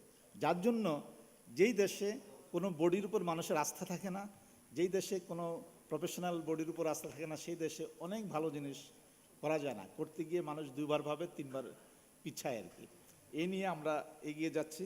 তবে আপনি যেটা বলেছেন, একটা জিনিস আমরা এখন করেছি, যেটা ইউজিসির কাছ থেকে নীতিমালা হয়েছে, যে ডিস্টিংগুইশড অধ্যাপক অথবা ডিস্টিংগুইশড এক্সপার্ট। অর্থাৎ আপনি যদি কোনো বিষয়ে এক্সপার্ট হন, বিশ্ববিদ্যালয় আপনাকে এই নাম দিয়ে আপনাকে অ্যাপয়েন্টমেন্ট দিতে পারবে, ডিস্টিংগুইশড এক্সপার্ট, এবং আপনার স্যালারি কাঠামো ওইভাবে বিশ্ববিদ্যালয় নির্ধারণ করতে পারবে। পাবলিক বিশ্ববিদ্যালয় ক্যান ডু ইট। আর একটা হচ্ছে ডিস্টিংগুইশ অধ্যাপক। আমাদের যে শিক্ষকরা বাইরে আছে বা অন্য জায়গায় আছে, শিক্ষকতা করে, সে ইচ্ছা করলে আসতে পারবে ওই ডেজিগনেশনে, তার টিচিং এক্সপিরিয়েন্সটা ওইভাবে থাকতে হবে। আর ডিস্টিংগুইশড এক্সপার্ট হতে হলে টিচিং এক্সপিরিয়েন্সের কোনো দরকার নেই, আপনার প্রফেশনাল এক্সপিরিয়েন্সই যথেষ্ট। আমি আর দীর্ঘায়িত করব না, কারণ ধৈর্যচ্যুতি ডেফিনেটলি আপনাদেরও ঘটেছে। তো আমাকে এখানে ইনভাইট দিয়ে নিয়ে আসার জন্য আমি ধন্যবাদ দিচ্ছি। আর আরেকটা কথা আমি বলি যে আমি রিয়েলাইজ করেছি যে এই ডিসিপ্লিনে আমাদের আরও অনেক কিছু করার আছে। আমাদের আরও শিক্ষার্থী বিভিন্ন ইউনিভার্সিটিতে প্রবেশ করানোর দরকার আছে, ডিপার্টমেন্ট ওপেন করার দরকার আছে। আর এটা আপনার ক্লাস সাইজ নিয়ে একটু চিন্তা করবেন যে ক্লাস সাইজ কত হওয়া যুক্তিসঙ্গত। আমার কাছে মনে হয়েছে যে আমি যদিও সৃষ্টি করেছিলাম, এখন আমার কাছে মনে হয় দ্যাট ওয়াজ দ্য মিস্টেক। এটা 40 হওয়া উচিত ক্লাস সাইজ, আর বেশি না, কারণ ছাত্রদেরকে যখন আমরা দুইটা ভাগ করব সেশনালে, আর 40 হলে আমার কাছে মনে হয়েছে যে I can see the eyes of every student. সেটা আমার মনে, আপনারা এটা নিয়ে একটা অ্যানালাইসিস করতে পারেন। তো বর্তমানে ইউজিসির পক্ষ থেকে আমরা সায়েন্স, ইঞ্জিনিয়ারিং কোনো ডিসিপ্লিনে কোনো ক্লাসে 40-র বেশি আমরা দিচ্ছি না। If it requires it might be 80, 40 into 40, 40 into 280, but BUET, KUET, CUET তারা সৃষ্টি করাতে এখন আমরা ভাবি যে এটা মনে হয় সৃষ্টি, কিন্তু এটা সৃষ্টি সঠিক না। It should not be more than 40। আর আরেকটা জিনিস বলে আমি শেষ করব, যত কিছুই বলি না কেন, at the end we need the quality. এবং আন্ডার গ্রাজুয়েটের স্টাডিতে আমাদের দরকার হচ্ছে আমাদের ছাত্রদেরকে ফার্স্ট ইয়ার থেকেই স্মার্ট করে তোলা। স্মার্ট করে তোলা অর্থ হলো যে সে যেন ডেলিভারেশন দিতে পারে, প্রেজেন্টেশন দিতে পারে, যা আছে সে যেন বুঝতে পারে, এবং ম্যানেজমেন্ট করার ক্যাপাসিটি যেন তার মধ্যে থাকে। ওয়াই আমরা কেন এই ম্যানেজমেন্টের দিক দিয়ে আমরা নেপাল থেকেও পিছিয়ে যাচ্ছি। It is surprising that Nepalese graduate more capable in terms of management than us. Sri Lanka অনেকদিন ধরেই, তারপরে ইন্ডিয়া অনেকদিন ধরে, কিন্তু আমরা নেপাল থেকে। এই জন্য আমাদের কারিকুলামে শুধুমাত্র পরীক্ষা আর শুধুমাত্র তার পড়া শেষ না, তাকে প্রতিটা সাবজেক্টে প্রতিটা সময় তাকে যেন প্রেজেন্টেশন সে দিতে পারে, সে কী করছে সেটা যেন সে বলতে পারে। এই বিষয়গুলো আমাদেরকে গুরুত্ব দিয়ে দেখতে হবে আর কি। আমি আর দীর্ঘায়িত করব না, আমাকে এখানে ইনভাইটেশন দিয়ে নিয়ে আসার জন্য আমি ধন্যবাদ দিচ্ছি। এবং আমার খুব ভালো লেগেছে, কারণ এখানে অনেক পরিচিত মুখ আমার আছে, অনেকের সাথে আমি বিভিন্নভাবে কাজ করেছি। আপনাদের সবাইকে ধন্যবাদ দিয়ে আমি এখানে শেষ করছি। জয় বাংলা, জয় বঙ্গবন্ধু, বাংলাদেশ চিরজীবী হোক। আমি এখন এই প্রেসিডেন্ট বিএপি অনুরোধ করতেছি তাকে একটা আমাদের সম্মানী স্মারক উপহার দেওয়ার জন্য। আর আমাদের যারা সিনিয়র কলিগ আছেন এবং বিআইপির এক্সিকিউটিভ কমিটি, তাদেরকে স্টেজে আসার জন্য অনুরোধ করছি। আমরা একটা গ্রুপ ছবি তুলব এবং আমাদের সিনিয়র প্ল্যানার যারা আছে, মুর্তুজা ভাই, গুলাম রহমান স্যার, আপনি আদিল আসম, হ্যাঁ, আনসার ভাই, আসেন আমরা একটা গ্রুপ ছবি। হ্যাঁ, কারণ এটা একটা ঐতিহাসিক একটা ছবি হবে, কারণ বাংলাদেশের যতগুলো প্ল্যানার্স আছে এবং ডিপার্টমেন্ট আছে তাদের হেডের সাথে, এবং যে পুরনো আমাদের যে কি বলবো যে যারা আমাদের অগ্রজ এবং আমাদের যে সমস্ত এই প্ল্যানিং প্রফেশনে আমাদেরকে ইনক্লুড করেছে এবং আমাদের অনেক অনেক কিছু দিয়েছে। হ্যাঁ স্যার, আসেন সামনে, এদিকে আসেন স্যার। স্যার আপনারা বসেন, আমরা পিছিয়ে যাই।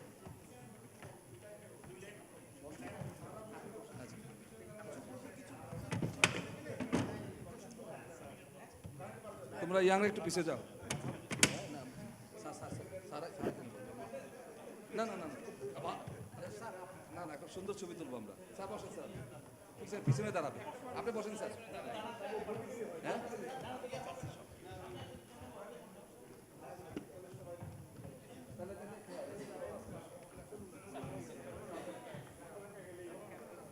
সবাই জানে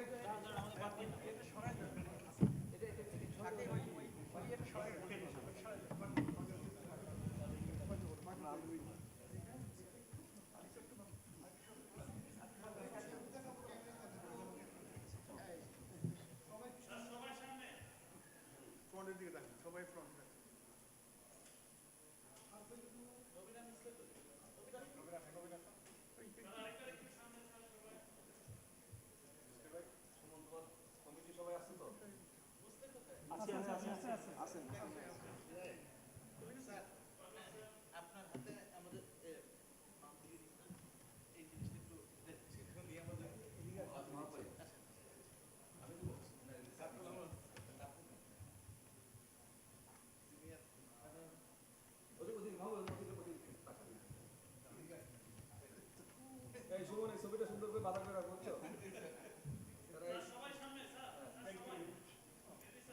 তারা আমাদের স্যার আরো দীর্ঘ কামনা করি, অসুস্থ যাচ্ছে ডিভাইডে।